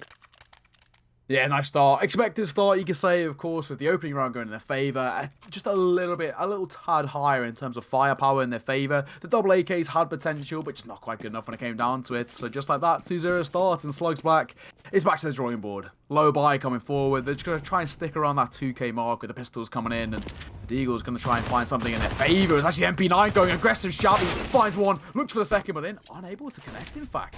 Shin-Chan, at least for the trade, takes the MP9, full blind, and Joke comes in for support. Comfortable clean up, and these pistols are just being whittled away now. Well, Joke, clearly Valorant had some form of success for him as he's already fragging out so far. 5 kills in the first 2 rounds and looking to keep stacking those up as the final 2 Slugs Black players move through Palace. Pencheng just going to be holding on that A site, ready for the push to come through. Obviously, Paladin's going to be lacking a lot of info. He's actually looking over towards Connector, so may be caught off guard here by the players who drop down, but as the audio cue comes out, he goes to the peak. Beautiful headshot there to be able to take down HNT. It's all down to Dino, but as Joke comes round the back, well, Portsmouth Paladins 3-0, and Joke with some serious frags to go alongside it. Yeah, you can say that again. That's a really, really nice start, it has to be said. 3-0, things looking very, very good. And the biggest factor is denying that bomb going down means that Slugs Black, long-term economy-wise, not really the most comfortable. It's okay in terms of they'll be able to pick themselves up there. The quintuple AK, which, as expected, Portsmouth Paladins, they started to look very, very confident indeed. Well, considering they weren't a team that I believe even took part last split, they're looking really confident. Penchain will fall, though, as does Joke, so maybe now that Slugs have themselves that equipment to work with, they're starting to look a little bit stronger. The AK is clearly paying big as Lil Faith just holds the window, waiting for that smoke to clear to maybe spot out Spacers, who has been tagged a little bit low, only has the AWP right now, so not ideal for those close-range fights. Pinu, however, is going to be watching the cross, actually finds some decent damage with the MP9, but no kill connect. Spacers watches towards ramp, and well, that's unfortunate. Nice little headshot, though, coming out from Dino, and Slugs looking like they should be able to get the first round on the board at this rate. Well, bomb gonna go down. He saw Shabby trying to tap away. Dropped by Shinchan, and the MP9 left all alone. Pinio unable, may I say, to find anything more. Slugs Black on the board finally, 3-1, and all it took was a much more comfortable 4-buy. The quintuple AKs come forward. The firepower made all the difference, and a nice execute on towards the A side. Once they got that bomb down as well, the post blast was so deep, there was nothing the rotating CT could do. Paladins, for them, left nothing.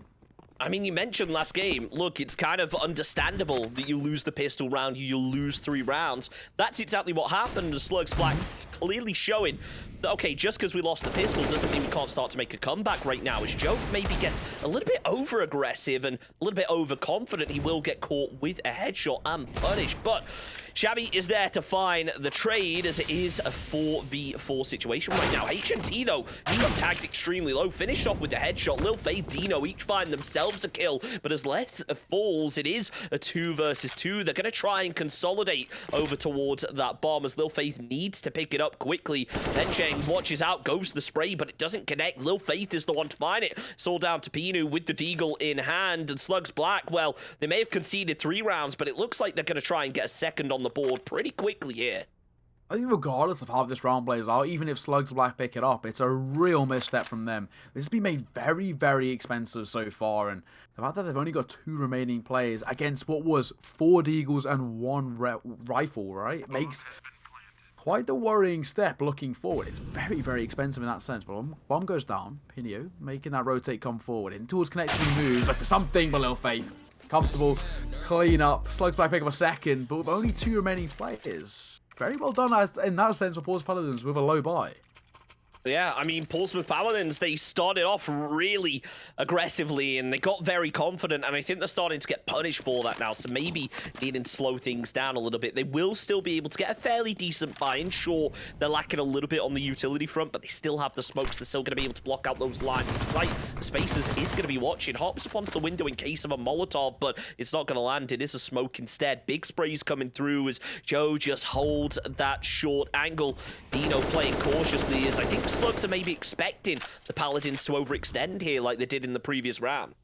Yeah, they're expecting it. Are they going to get it is the question. Again, slower tempo style of play coming forward. And the AWP in the hands of Pechan could be the difference maker here. Whether we're going to find that is, well, something. Pinu, aggressive in towards apartments. A lot of information gained, but doesn't want to overextend. Spots the leg, but LTH finds the kill somehow. This is a big opening here for Slugs Black as they manage to take down one player. Joke is going to be there to get the trade, but surely he's giving away the audio cue right now. Going to try and look up through the smoke as Shabby sneaks around the back. And Slugs, well, it looked like they were going to full commit onto B. They've completely switched it up right now. They are playing 4D chess right now, staying 2 steps ahead at all times as Dino, well, he's a bit more aggressive with things. Hangs around B to make some noise. He gets himself a kill. And now as he throws out the util, it's maybe going to trick the Paladins into thinking it is a B push, but by this point, the rest of Slugs, they've already consolidated onto a site with a 2-man advantage here. They are looking so strong. Shin-Chan just watching through to window and is able to take down Spacers, but as Lil Faith goes down in the trade, it does leave Slugs in not really an ideal position. 2 players down to low HP. Joke tries to land the tap fire, but as the head comes over, he hits the wall bank, almost finds the second, but not to be. His Joke just hanging back a little bit now. Yeah, of course. In a 1 versus 2, this becomes very, very tough. Needs an ace in the round, in fact. We'll tap it, but the question is, kit in hand, is he going to have enough time? Swinging back forward, finding one more, and has a sneaking suspicion of where this posts up. The swing needs to come imminently, and of course, Joke, just not enough time. Head spotted out, but will fall away. Over towards that CT side, and actually falling to the bomb. Slugs Black. Much better round from them, and hello, back to us. Yeah, back to us. We're just having a little bit of a technical issue, so we're going to try and get that sorted as soon as possible. But really impressive there from Joe to be able to pick up those kills. Not getting them round, Slugs Black will tie it up 3-3 apiece. But it shows that the Paladins do have that fragging power, and they need to make it happen. So Shin-Chan is going to try and move through, but it's Lil Faith this time that opens up spaces, consistently getting aggressive over at that window, finally seemingly getting punished. Yeah, so far it's been the real standout player, has to be said, Lil Faith. Consistently finding himself opening kills and so much space to work with. But look at this Shin-Chan, oh yeah, the flashbang working in his favour, but Joke just swings in front of it, finds himself one, and brings it back to at least the 3 versus 4.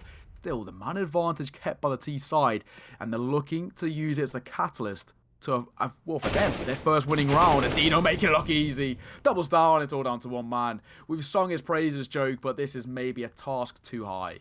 He's already picked up a 4K this game. Let's see if he can maybe do the same again. It's going to be a tricky one. Flashbang is out as now Slugs Black, they all just take control of that B site. I mean, Joke, he saved himself a weapon last game. Is it really the play to do it twice in a row?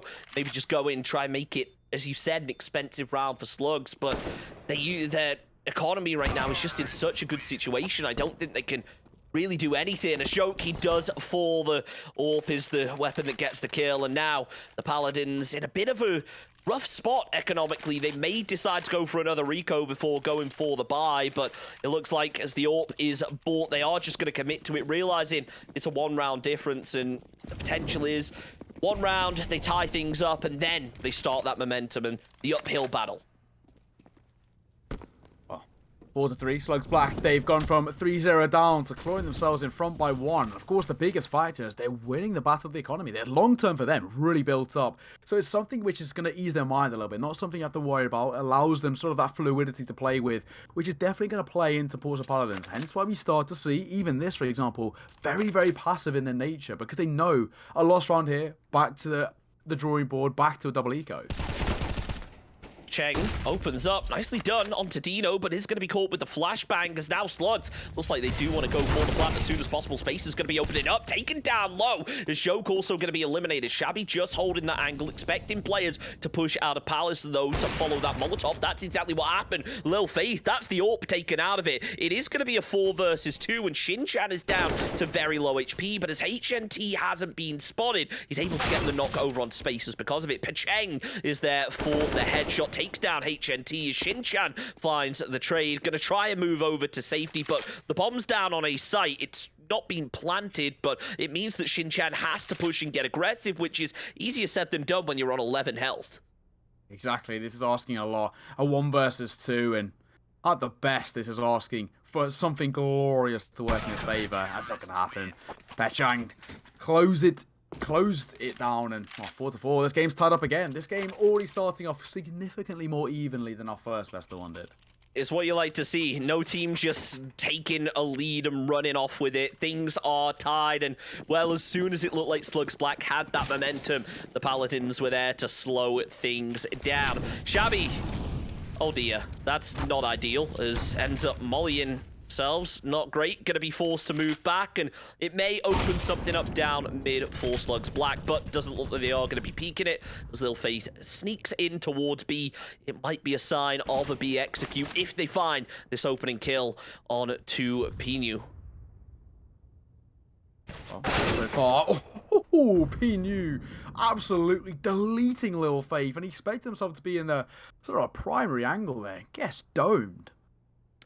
Really nice to see, as now Slugs Black, well, they seem a little bit nervous. They've lost a player, which is, I might be wrong, but it seems like Slugs have been getting the opening kill the past couple rounds now, and I think that's been a big contributing factor to their win, finding an opening kill, forcing the Paladins to push an area, and then completely duking them and doing a 180 round the back of the map. But now, as they tie things up, they're going to look for yet another kill to start with that momentum. It's a word we mentioned so much tonight, as Joe lays slow in the corner. He finds an opening kill, but Lift is there for the trade. Pacheng there also trying to watch out from Ticket Booth as the nade comes through. Paladins forced to play slow as Slugs, they've moved on to site, and the plant might just come out. Plant the priority. Set up that post plant. Try to it. Oh, what a swing. Shin-Chan just deletes Pinu, and of course, catching a player in transition is huge. AK trying to find one of the close angle, as Pacheng answers back and leaves it all down to LTH. A quad kill to his name needed to find something. This is beautiful. Spots one, but will he be able to deny the bomb being defused? Holding it, time's of the essence. Spotting one, swinging in, finds it. AK collected, and LTH just staying alive now. Bomb tapped again, but he's got the assumption that they're not still on it.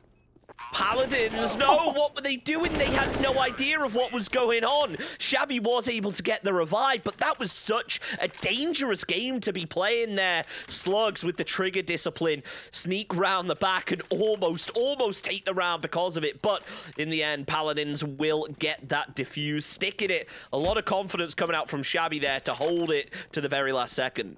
That's huge, and of course, I mean, nerves of steel. Just stick a defuse in that situation when the player is dancing around triple. Make credit's due. Paladins 5-4, gain a 1-round lead, but it's a tentative 1-round lead. The only saving grace for them, you could say, is that there's a deagle in HNT's hands, but that's the same for Spacers.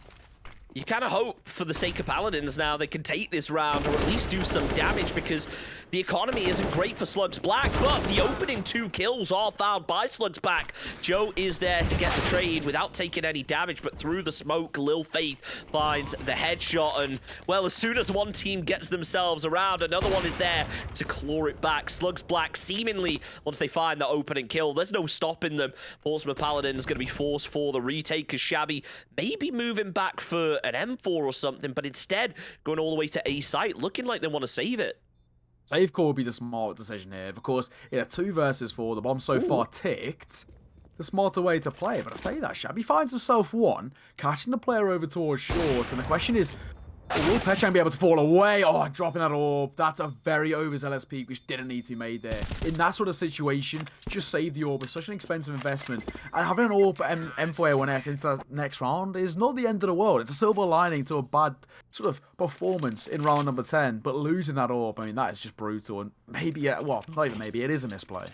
I like what the player from Slugs did, though. Went for that jiggle peek, baited out the AUE shot, and then as soon as they had that info that the player was still there, went for the repeat, found the headshot, and beautifully done to find the kill. And that'll deny Paladins quite a bit right now, as they only have one M4 going into the next round. They're going to be forced to play maybe a little bit stacked up towards A site. Sure, they still have Pecheng watching on B, but as the push comes through, it might end up working out perfectly. Those players down below, Spaces is going to be able to find one with the headshot. He's traded out immediately by Shin-Chan as LFH and Lil Faith both finding a kill apiece. There's only 2 players left here from Portsmouth Paladins, but Joe managed to get himself an AK and found himself a frag out of it. Sure, Paladins lost the round, but they took down 2 players. That'll help the economy, and we should see them buy this round.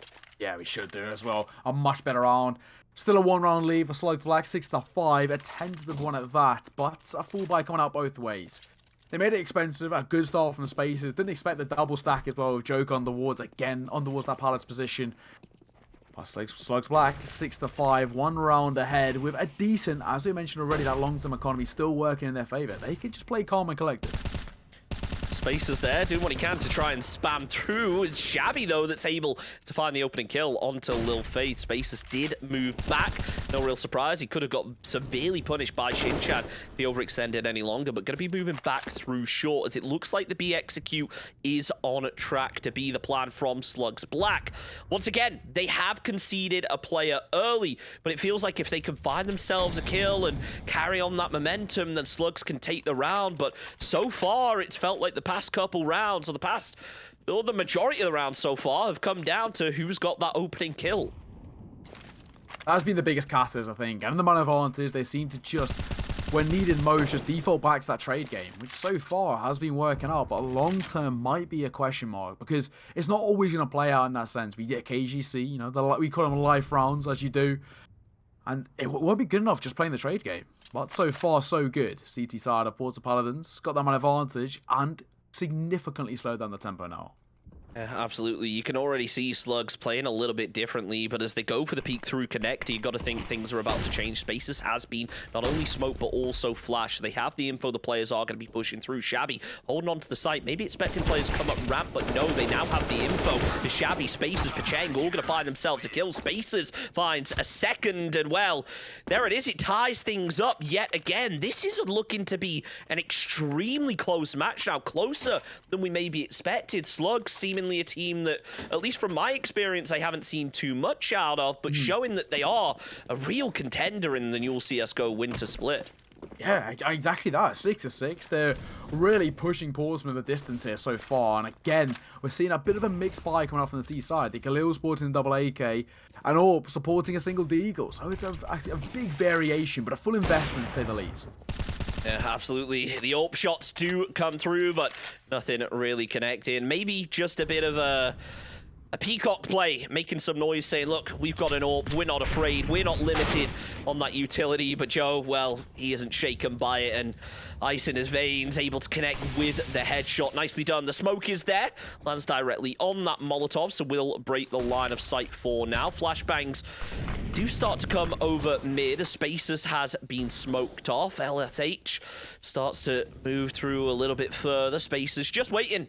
Wants to continue to play that mid window, and just going to wait for that smoke to dissipate before he does. Yeah, slow down tempo, wait, as you mentioned, for that smoke to dissipate, and of course, off the back of it, try to find something uncharacteristic missed, in fact, and LTH just going to now fall away. Doesn't need to overextend, but I say that's a beautiful flash. Space find one, made that two as well. What a swing. What a find. Just left Slugs Black in a tough position. Dino tried to make his way in towards sight ever so slowly, but gets caught out in transition. And it's looking like it could be a flawless 7th on the board for the Paladins, unless Shinchan can do something monumental here. Well, got the bomb. That's a positive at least, but Spaces, well, he's got the headshot. Lots of decent kills coming out from Spaces that round. That was a 3K for him.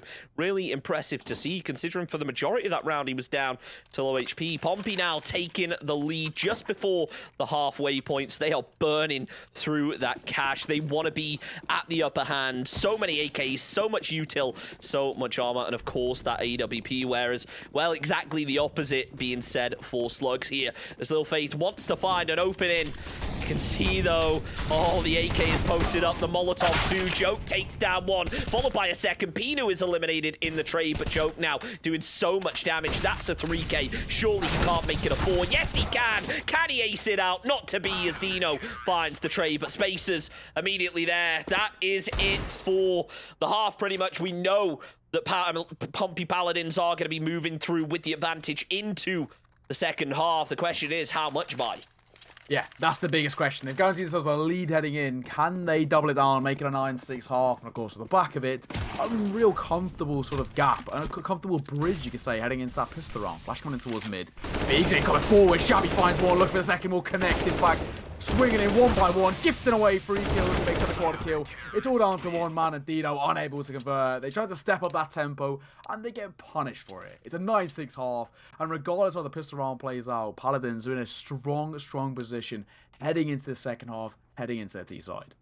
Credit to him for trying. That's all I can say. Sometimes when you are in that final round, you realize, okay, we got nothing to lose. Let's just go for the send and try and make something happen. This time, though, for Slugs Black, it just wasn't enough. Portsmouth Paladins, a 3-round advantage going on to that T side, but We spoke earlier, you know, CT side is what you really want on this map if you're a disciplined team and you can play slow. We'll see how effective Slugs can really be on that CT side now that the time has come. Yeah, for sure. We're going to see how things play out. Pistol around a big deciding factor, and that's a brilliant start from the T side. Joke again coming up huge as he just deletes Shinchan, and they make their way forward. LTH will onto back, though, bring it back to the 4 versus 4. That's a sumptuous one-tap.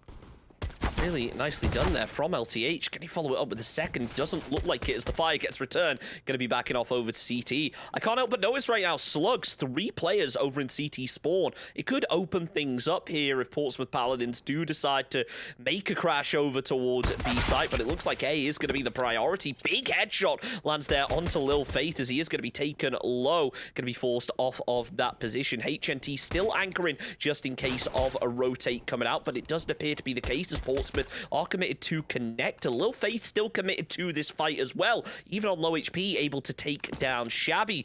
2 players from Slugs down so low, it'll just take 1 bullet. Even, you know, if they bump their toe a little bit wrong, they'll be taken out of it. But as the flashbang connects, Spaces finds one, followed by the second. 1 more bullet on HNT, and it's all over for him.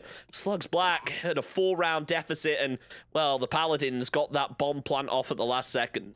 Yeah, it's a really nice round from the T side. And again, as we spoke about in that prior half, that opening kill, the catalyst worked brilliantly. When Joke found that opening kill into his window, there's so much map control, and all they had to do was play the trade game. That's exactly what they do. Double digits collected, and of course, a nice, comfortable 4-buy coming out for Portsmouth. And Slugs Black left to little to nothing. We're seeing a couple of Eagles come through, a couple of 5.7s of P250, but it's not the easiest buy at all. They've already connected control in their favor. Shabby finds the first, Dino falls, and that crunching towards that ramp position punished. Really nice to see.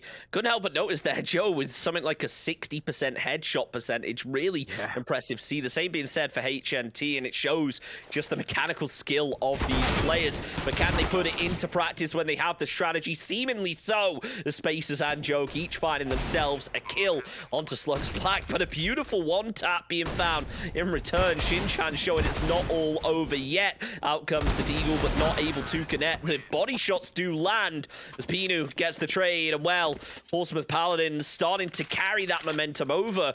Is it going to be the same as we saw in previous games where once you've got 1, once you've got 2, it starts to pick up a lot more? Yeah, 11-6, and of course they're starting to pull away now, getting ever closer to the all-elusive 16, and for Slugs Black, unfortunately, the second part of the double eco coming through. Again, just trying to stick around that 2k mark. A couple of pistols coming through that are upgraded, but it's not going to be the easiest hold at all, especially with Mac 10 running them down. And what they're going to find for the most part is a pretty barren site. USPs left on the site, but easily picked apart. And just like that, Slugs Black are left at 2.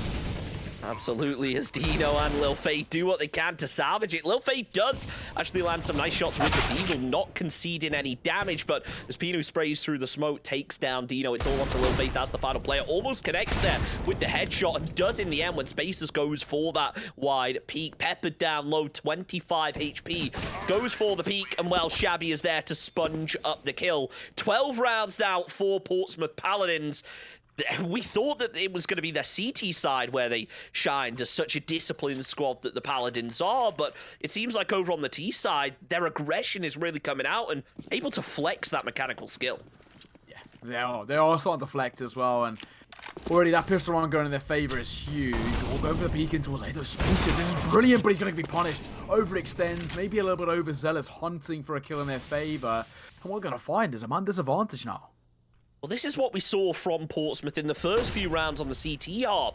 They managed to pick up a few, they got overconfident, and they got punished. Will that be the case this time around? Well, it looks like it may be. They've lost 2 players, and Shabby's down low. Sure, they managed to get the trade, but Lil Faith finishes off the job there. It's all down to Pacheng and Pinu as they hear the player over on stairs. A headshot actually connects through the smoke. Nicely done. Pinu with the spray eliminates Lil Faith, but it's a 3 versus 2, and one of those Pompey players is down extremely low right now. Shinchan watches out with the AWP on the cross, but as HNT moves back, it might just deny the plant, especially if that nade connects.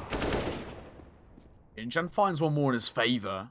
Now it's left all down to one man, and with 41 points of HP, it's asking a lot, especially with double stacking towards CT. Easy pickings, and Finally, we're starting to see ever so slightly a bit of a resurgence from the CT side. Slugs Black find themselves a 7th.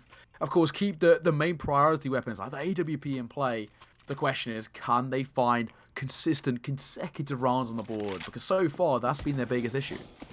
As much as I'm a biased caster and rooting for Portsmouth, I want to see this as a close game because Slugs have shown so much promise in that first half. I want to see them show that it wasn't just the T side where they made magic happen, and it seems like after that round, they know how to play a CT side, and it's taken Pompey back a little bit. You can see that they have slowed down. I say that, and immediately Shabby goes for a really aggressive peek. Does take a lot of damage to those HE grenades, and well, Shinchan is there on the cross with the AWP to find the kill. It's a 1-for-1 trade, and the Pompey players still looking strong. Flashbang down the middle, as it seems they don't really have any idea. Maybe Lil Face will be able to hear the footsteps, as now he does. Hears them creeping up. He's going to go for the peek, surely, and get aggressive, but no, holding that trigger discipline. But Punish has the info, calls it to the team. Spacers takes down Shinchan. It's down to a 2 versus 4, and maybe the trigger discipline being the downfall here of Slugs.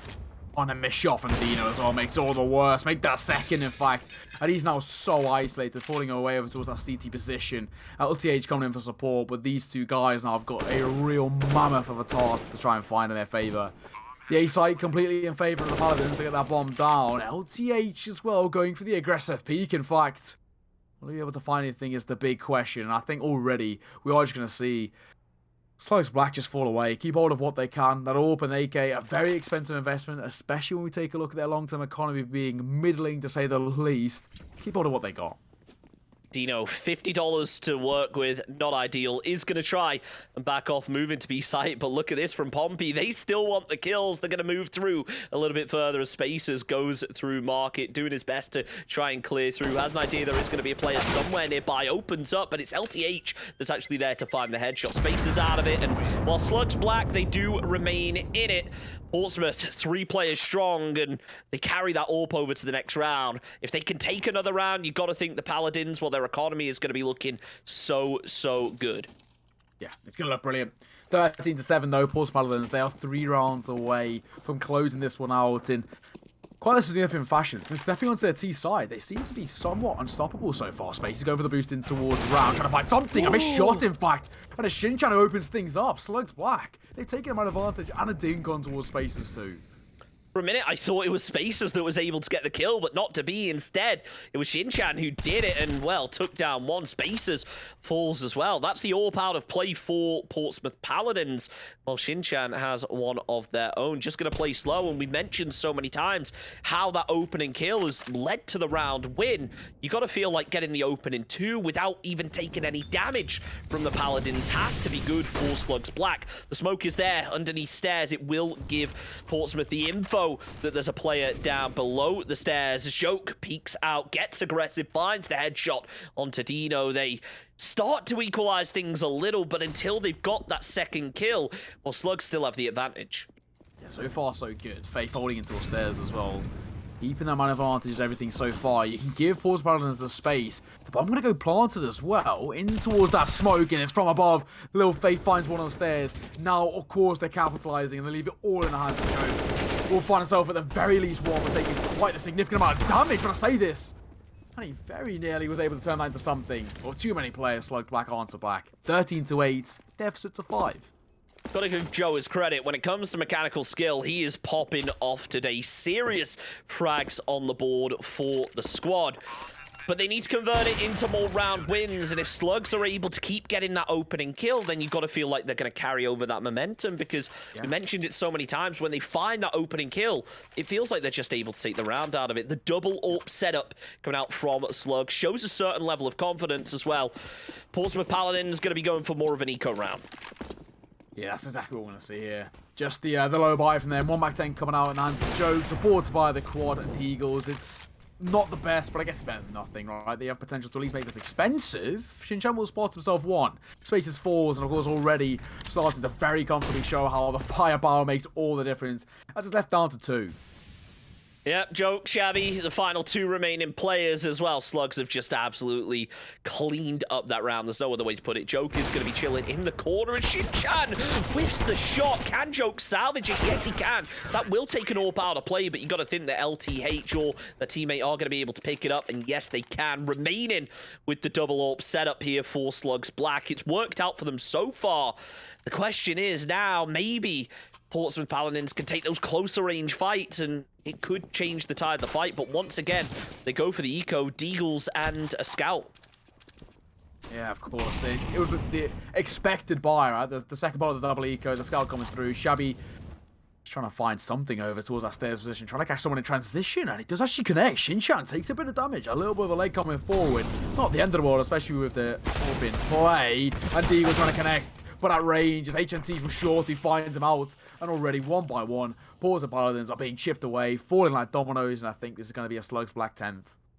Yeah, it's a theme, isn't it? When they find that opening kill, they can usually take the round. But we'll see what Portsmouth Paladins are able to do with those Deagles. We've seen the mechanical skill from this squad, and well, all it takes is one headshot, and that'll eliminate a player. But the AWP's still in hand as Dino peeks out. He's got himself the info, playing slow. As Pencheng, what was that?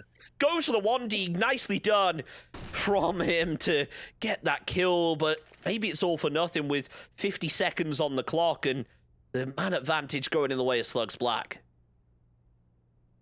Yeah, of course, now they've very much slowed down this tempo. The T side trying to make something work in their favour. 40 seconds to work with. They've still got time in their essence. But for the time being, time remains their friend. The longer they leave it, becomes their enemy. And this is what we're seeing. LTH picks away one. Petcheng, you got off to a pretty good start with a beautiful Deagle. Similar to that. Does in fact cause an issue. Smoking towards CT, Molotov in towards Connector. Bomb still lost. So that's the biggest question mark. And the priority theme seems to be making things expensive. Yeah, Shabby needs to get out here, get some kills for the squad. Okay. That's exactly what happens. The no-scope headshot is found. 10 seconds remaining on the clock. No chance to get in the plant right now, but maybe going to be able to salvage a kill or two. No! Lith is there with the headshot. Shabby falls, and well, Slugs got the round win, but it was an expensive round for them. It won't affect them too much in terms of the economy, but if that's what Pompey could do with Deagles, now that they're back up to a full buy, you've got to be a little bit concerned. Yeah, to the least, right? The fullback coming forward, the quintuple AK's coming out, and the biggest factor for me is the substantial amount of utility. But so far, we're talking about utility. That is significant missed utility for Slugs Black. An airburst Molotov and a completely missed HE. Just a waste of money, really. As the ramp control is, for the most part, relinquished in favour of the CT side, fortunately for them. HNT trying to scout out now, maybe not realizing that Portsmouth have all of their players over on this angle as Pencheng able to take down Lil Faith. The incendiary comes out from HNT at an unfortunate time, but is able to get the kill. LTH takes down Joke as Shabby immediately gets the trade, but HNT still holding the bench down to 6 HP. One bullet, one HE grenade will do it. It's Dino in the end who's going to be able to find it. Shin-Chan lands the AWP shot, but as Pencheng lands the HE, Shin-Chan yet again with the AWP cleans it up, and well, Slugs back. They're clawing the rounds back. They're closing the distance and willing to put up a serious fight. They're starting to actually step this up. A 2-round deficit, I always say, is very, very uncomfortable, especially because all it takes is one broken economy. And that's what we see. Portsmouth Paladins left again with that similar buy of just the scout coming through, supported by upgraded pistols, and I mean, it's not the most comfortable to say the least. Smoking towards shorts and Shin-Chan all he needs to do is hold. He finds himself one, spots a second, in fact, as a Molotov comes in towards the L plan. Already things looking brilliant for the CT side. It's the firepower, again, making all of that difference. Looked for a second like he was going to be able to find both of them with the AWP. That would have been amazing to see, but not to be. His Joke there takes down Dino. Lil Faith caught in the pinch. Pencheng takes him down. Portsmouth, they got the opening kills and they're continuing to stack up more, but you can't forget the fact that they have lost 2 of their own. The damage also going in favor of Slugs Black. As 2 players hold ticket booth, we may see Paladins switch up to B, but it looks like they're full committed here as Pencheng holds that ticket booth, applying the pressure. It will allow that player to come in from behind and get the plant down, but as Spacer spots out one, he's only got the scout. He has to land the headshots if he wants to find the kills. Has to as well. I mean, it's easier said than done, say the least, especially in a man disadvantage. But the T side to at least get the post plant. No way, surely not like this. Eagle repositioning will be able to connect, and HNT finds them both, clutches it out in the 1 versus 2, comes up huge, and Slugs Black make this a 1-round affair, but that became very, very close. We talk about expensive rounds. That was one of them, but as much as we say expensive, look at the economy on the side of Slugs Black right now, and obviously Portsmouth Paladins able to get the bomb down. It will put them in a pretty good financial situation as they get themselves a buy, and well, as long as they're able to salvage a couple kills, they should be set for a buy next round. They may have to drop their teammates' guns, but still better than nothing. Portsmouth Paladins still a round in hand as the util all starts to come out. It seems like Pompey want to get a bit more aggressive than they have in the past few. Yeah, Dino going in for this connector control, trying to at least find himself a little bit of something. He's going to be left relatively isolated here, but holding into this side of the smoke can actually make this work in his favor. Got short control in that sense, but will reposition as he just wants to take a little bit of a step away. I don't like this from Portsmouth. They got 4 players down in mid. All it's going to take is one of the Slugs Black players to peek through window, and they could be in trouble. But as Joke moves up round the back, it's Shin-Chan who sneaks up through Palace to take down Shabby. It's going to make it a little nerve-wracking now as well. Joke, he tries to push up, caught in the pinch. Bencheng there for the trade, but immediately caught with the headshot himself. Pinu does the job, and while Slugs have that player advantage, you can't forget just how low Pinu actually is. Goes for the jump. I like to see it. It looks like his teammate Spacers struggled the first time around, going for the push, but of course LTH is going to be holding it. The AWP is in hand, but no! The shot's whiffed, unfortunately, and that ties things up for Slugs and Portsmouth.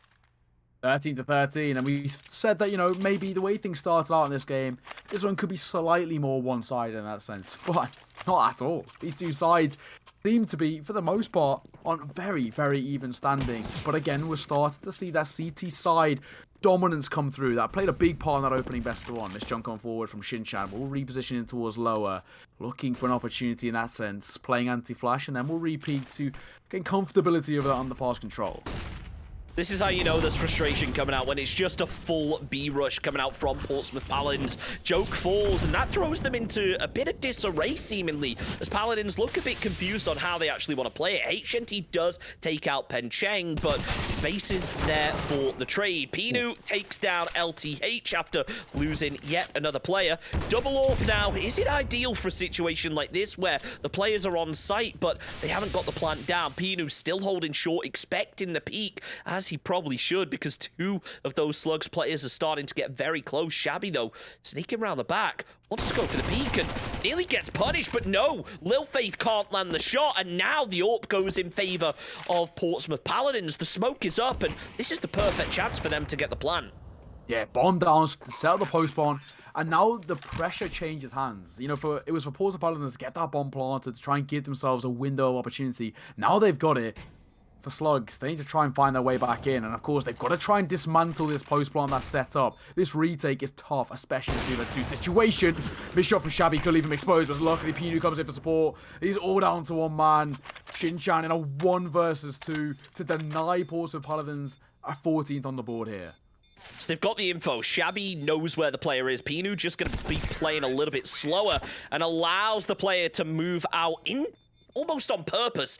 The Shabby just holds the window, finds the headshot, finds the kill. Portsmouth Paladins, they do finally get another round on the board, taking that round lead. And, well, they just need another one to at least guarantee themselves an overtime and 2 more for the game. So I see that, 14-13, ever so close to closing this one out now. Full by both ways, the only real question mark is that MP9 in Dino's hands. But aggressive bit of control in his favor could work, as the MP9 is post up on the other side of ramp. 1 pop flash, and this could be a couple of kills in his favor. Dino in a nasty little off angle right here. If Portsmouth Paladins don't check it, he could cause some problems. That MP9 is dangerous to say the least at this kind of range, but as Shin-Chan was taken down low, it will weaken Slugs a little. The most important thing, and we keep mentioning this, no opening kills being found, as that usually gives us an indicator of who the favorite's going to be going into the later stages of the round. But Shin-Chan taken down low, it will just take 1 more bullet, and then things go in the way of Pompey. But right now, nothing coming of it. The smoke's coming out. Finally, it feels like we're going to see an actual execute from a team, as we haven't seen too much of them tonight. The smokes land onto a site. Now is the time for the Paladins to push. you know, repositioning, but it's caught by a flashbang and actually just going to fall away. They've sort of double stacked in this close position. They're going to play the crossfire coming in. Dino finds the trade. That's all he needs to do. MP9 in hand, but the trade is brilliant from Spaces. The T-side take the man advantage with significant damage done to a Shin-Chan. It's going to be enough for at least a bit of a damage and denying that bomb going down. Really nicely done to be able to get the trade, but it is a 2 versus 2. The bomb is in hand. They should be able to get the revive as LTH moves back. Wants to actually push with their teammate to make the push in. As now LTH and HNT start to close in towards this position. Connector has been mollied as the frag grenade came through as well. Spacers up in Palace. It's a risky position to be playing here. May not get the full line of sight until the player's already peeked out into the open. The position has been spotted out. Those Spacers taken down low. Smoke gonna come through, gonna be forced to move out of here, but no, HNT finds the headshot. Shabby takes the single fire over towards the player, lands the headshot and the double spray. That at least confirms overtime for Pompey. They're gonna be looking for the win in this final round though. And the biggest factor, of course, of all of that, you know, 15 rounds collected, you've got yourself a 2-round advantage. That means nothing. The biggest thing is Slugs Black have nothing in the economy. A double MP9, triple Deagle, and a very, very small amount of utility to work with. Things are not looking good, and already, big flash coming forward. Headshot trying to go aggressive and fights off one. Lil Faithful, we've dropped out of the equation. Man advantage collected, and looking to double it down, which he won't be able to, because the MP9 causing problems, and make that multiple. That was massive with the MP9 right there, and I was gonna say it could almost work out perfectly for Slugs Back because they're going with those close range weapons. Pompey got so aggressive early that the MP9 nearly shut things down. They need to get the bomb plant because we've seen how effective they can be once that post-plant scenario starts to open up. The bomb is down. It leaves 40 seconds left for Portsmouth to defend the site. If they can just provide that pressure, then it's gonna deny Slugs from really moving out. But LTH just spotted out just the head moving from one. Decided not to take the shot, probably a smart move as the nade comes over. Spacers down to just 1 HP, but has the AK in hand. It's HNT that falls. Spacers goes down as well. And while we're not going to overtime just yet, it's certainly looking like a serious possibility. That's brilliant. The nade to stay alive. Spacers, even that was fortunate. 1 point of HP. But 14 to 15, Slugs Black lives the end of the day, and they do it with such a poor buy. And of course, on top of that, they pick themselves up 2 AKs coming into round number 30. We're playing at the full 30 of regulation. And as we spoke about, the question is now, overtime or not? Good question. We'll find out soon enough as well. It's a best of 1, so it's not exactly like we could just skip over and say, oh, we'll just play another map. No, it is time for these teams to shine, and Shin-Chan doing exactly that. Takes out Spacers as choke falls as well. As we've spoken so much about momentum tonight, it seemed like Portsmouth have just had theirs completely shut down. Slugs Back trying to regain it as Pinu moves up to the mid. Only 3 players remain from Portsmouth, and you know what we've been saying all game about that opening kill. Yeah, that opening kill makes all the difference. It seems to have significantly, time and time again, been the catalyst to a round working in their favour, and this is what we're seeing. And of course, now, question marks have to start being asked. The 2 remaining Portsmouth Paladins players with everything here if they want to, well, deny overtime and find this map in regulation. And they're not going to be given that space. Little Faye finds herself one, and he's all down to one. Shabby, an ace needed to clutch this one out. Not ideal. 1 player left up. Gonna have to ace out if they want to take this game in regulation time, but it isn't looking promising as now LTH starts to move up over to the truck, ready for the peak, expecting a player to be here almost. I don't think that Slugs have seen the bomb yet, so they know this player has the bomb and can really go for anything, so it's not like they can just start sweeping all of a sudden. Shabby is watching over towards short, but no matter as LTH is there to find the headshot. And there it is. It's going to overtime. We thought that the first game was going to end up going to overtime. Weren't expecting this one once the momentum started from Portsmouth, but that will be the case. Momentum's the biggest factor now coming in towards overtime. Slugs Black starting on that CT side after a brilliant resurgence. And of course, the biggest thing is doing it flawlessly around number 30 does now make me really start to look over towards Portsmouth Paladins of whether they have it in them, right? They seem to be slightly struggling to say the least, and they're all picked up. This could be the difference maker, especially at range. Well, I think a big part of this is the fact that both economies have reset now. Teams are able to do pretty much whatever they want coming into this, but Lil Faye's going to be able to somehow sneak up through Palace and eliminate Shabby. The one-way smoke attempt comes out from Shinchan, but a second smoke is going to deny it. So a waste of $300, but still the player advantage goes in the way of Slug Black, which has worked out so well for them so far. Dino holding Connecto as Joke tries to push out. He spots the player short, but he is the only player at B and potentially going to get caught in a pinch here by HNT and LTH, but as he opens up the headshot, that's not looking too lightly. Dino finds Pinu on that connector push as it looks like Portsmouth Paladins wanted to move to B site, but with Shinchan finding the kill, it isn't looking like it's possible. I don't think it's going to be as well. Now in a 2 versus 4, especially if they've spotted out. Space is just waiting for an opportunity. And that opportunity has gifted them a 1 versus 2 on the A site, in which Lil Faith, knife out, is just waiting for a bit of a sound cue, which he'll get. Does hear them making their way forward. 40 seconds to work with. Spotting one, drops the bomb in fact, and doubling down huge. Lil Faith finds Slugs Black. Their 16th round on the board, a 1-round lead, and an overtime on CT side. What a star. I can't help but just take a look over at the kills on the board here. You have 1 or 2 players that are just fragging out of their minds right now. 28 kills for 4 different players right now. That is so impressive to watch, showing that, you know, there's always going to be 1 or 2 top fraggers on a team, but if you're able to stick together, then you can take it the distance. Now, though, it looks like Slugs Black are going to have a problem because Dino's AFK.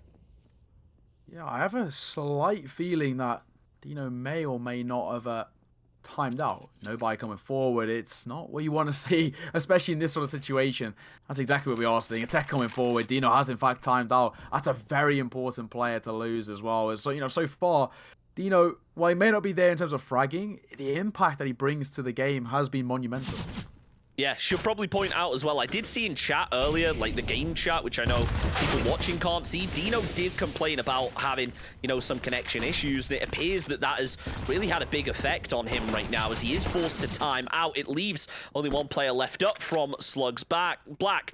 As Dino's out, Portsmouth Paladins maybe going to be thankful that he disconnected, as they will be able to at least secure themselves another round, or will they? As HNT takes down Spaces, tries to spam through the boxes, isn't able to, but there it is, the flick. Shabby's watching the cross, but wow, that was closer than Pompey bargained for. Yeah, exactly, especially in that sort of, well, 4 versus 5 situation. Begs the question, if Dino was still in the server, could that have played out differently? We will never know. 16-16, tech pause coming through now as well, and well, that's brutal timing for Slugs Black as well, because that was a real good opportunity for them to start running away. Really not ideal for them, but you know what, Portsmouth, they tied it up, and it's almost what you want to see, going equal for the final for as long as possible. As I am getting word from Slugs Black that apparently LTH is saying maybe a couple minutes. I know that you can't see the game chat, but it looks like it's going to be an internet restart situation here. So hopefully we can get that sorted as soon as possible. We will be in and watching that action. But the question is now, how does that affect the momentum? Because we've spoken about it a lot tonight. Losing a player, it can be a big detriment to the team at times. And, well, if they aren't going to be able to get that player in, I'm not sure what the procedure is, but it can't go well for Slugs. Yeah, exactly. It can't be too good for them. Especially when you take a look at, you know, overall, they were really in control of momentum, really looking very, very comfortable long term. And now Portsmouth have this window of opportunity. It tied up 16-16, and you have to say, I'm really unsure about Slugs Black, their mental game going forward. Yeah, it's going to be a real tough one. And you got to think as well, even if it's something as small as having to go and restart your router, well, you're taking yourself out of the game. You're losing part of that focus that you had, and you're having to go and deal with other stuff. You're going to be very distracted coming back in, and I do worry a little bit there for Dino how that's going to affect on him.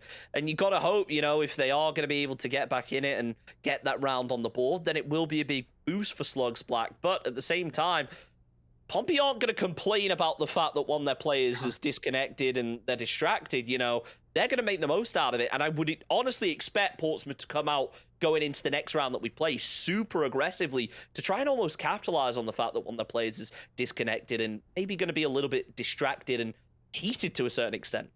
Yeah, I mean, the biggest thing really is that, Portsmouth, they've been given this lifeline, which, you could argue that they weren't really deserving of because they weren't playing well at all prior to that sort of, Dino dropping out. It was really only looking like it was going to be Slugs Black completely consistently finding consecutive rounds on the board because they were in complete control, especially on CT side. They really sort of formulated a plan to chip away at Portsmouth, and there's nothing that Portsmouth could do in response. And now, of course, they tie this game up 16-16. Of course, we're looking for 19 as our magic round here to win this one out. But on T side, to pick yourself up around an OT, I mean, that is huge. Yeah, absolutely. I think it says a lot about the teams as well to be able to fight this long and still have, a battle going on. A lot of teams at this point, you've already played a best of one. Now you're coming into a second one, which has been a very tough match. To be able to keep scrapping it out and go the distance is impressive to see. We may see it go even further than this. Who knows? We could go to a second OT with the way that things are playing out. But I do worry about Portsmouth. They had a good start to the game. They just need to step things up a little. It does appear like the power is back on for the player. He's booting up his PC now, so he shouldn't be too long to get into the match. Just waiting for him to boot up the game and get back into it. Unfortunate, though, for Dino. Let's hope he can reset things. Yeah, that's the biggest thing. Let's hope mentally as well. It's not really tarnished them too much. Of course, those sort of situations, you're just chilling in your room, mid-round, just about to start a round, power cuts out, if he kind of fluster you a little bit, really. You kind of lose that focus. And hopefully it's something in which you can gain immediately coming back into this. Portsmouth Paladins, they're a side that you want to be picking up points against. Of course, quite the notable side that we spoke about. And for Slugs Black, they were in that driving seat. And the fact that they now sort of have this mishap, which is out of their control, is unfortunate. Yeah, and it's not looking ideal right now as we are just waiting for that final player to get back in. For a minute, I thought that Shin-chan had just disconnected as well, which who knows where things would have gone right there. But we are just waiting. So it is rough, as you said. You can't be getting distracted. You can't be getting tilted, as annoying as it is. But I think it is a good level of professionalism where if Slugs are able to come into this, get themselves around, they're going to be feeling really confident. And it does show a certain level of professionalism and focus, no matter what happens to distraction, going into the later stages, later rounds, where it isn't just a best of one, it's a best of three, it's a best of five. It shows that they are going to be able to go the distance and scrap it out. So here's hoping that they are able to recover from it. And even though I'm supporting Portsmouth here, get themselves around that they probably deserved. Yeah, I think that the real emphasis as well has been on that CT side rounds, right? Wherever, for the most part, the CT side has been the more comfort area, I guess you could say, for both of these two sides. And the T side is where they've sort of struggled for both sides as well. Portsmouth, especially late game, Portsmouth, they struggled to close out in regulation when they had 15 on the board. And Eco was the one that actually chipped them away, broke their economy. And that's the thing. I think for Portsmouth, finding a 16th round on T side when it's only 3 rounds and a half in OT, I mean, that is huge. Yeah, and I mean, obviously, we're on T side right now, but we are going to switch the opposite way around, and Portsmouth are going to be back on CT, which is where they really shine for a lot of the game. Sure, it was a scrappy match, but it feels like when they moved over to the T side, things started to slip a little bit. So do you maybe expect Portsmouth to come out and take a couple more rounds when they do get over to CT? Because it is a side that they did really well on earlier on in the game. I think that's the big question mark. And I think, well, if we were going into OT without these sort of tech issues, I would have very comfortably said that in the current position, Portsmouth don't deserve this map. They haven't played well enough when it came to their T, especially their T side, which sort of has given way too many opportunities for Slugs Black to close things out. Hence what they did on CT side, where they closed down that deficit, especially when they had 15 on the board. Portsmouth unable to close things out, and I think I would have comfortably said that, I'd probably expect Slugs Black to from now on run away with it, especially since they were starting on the CT side of overtime. But now this changes things. I'd hope that, of course, when we get Dino back in the server, this game can get back on the way momentarily, and it's not going to be too much of a falter for him, but we're yet to see, really. Yeah, unfortunate. We still wait for Dino to get back in. Not sure exactly what happened there, whether he maybe spilled his drink and caused a power surge, but we are just waiting to see exactly what's going on. As hopefully we will get an update soon. It's so close though, and it's not the time. It's one thing, getting a player disconnected halfway through the game, for instance, and you still have a couple rounds to get back into the swing of things. But now it is a fact that we're halfway through overtime. You don't have those rounds to get the momentum going again. You either win or you lose. There is no, question mark as to being able to get that momentum back. LTH has just confirmed, by the way, his internet is starting up as we speak, so we should hopefully be in a couple of seconds. Well, Hopefully. But what we're going to do now is just throw this one to a break. That's the thing with tech pauses. We can't really put a timer on it because hopefully, you know, the power comes back on, the internet turns back on, all that good stuff. Ladies and gentlemen, stick around. We're getting overtime back on the way momentarily. We'll see you in a second.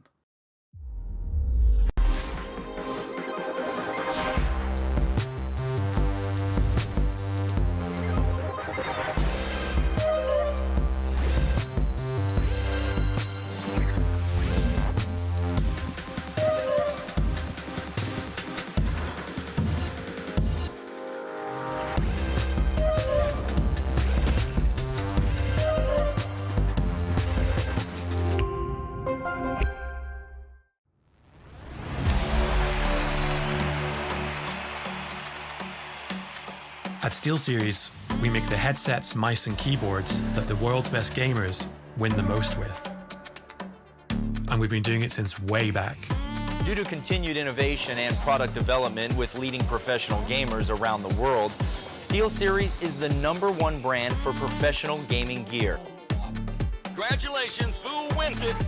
But Navi to take the grand final 3-1.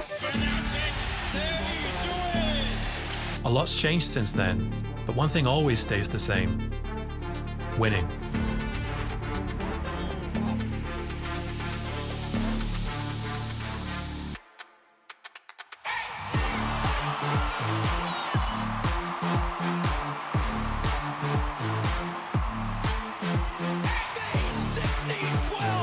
Every pro that picks up a SteelSeries product pushes its limits. That's what makes us push ours. It's up to you how far you go, but whatever you do, go for glory.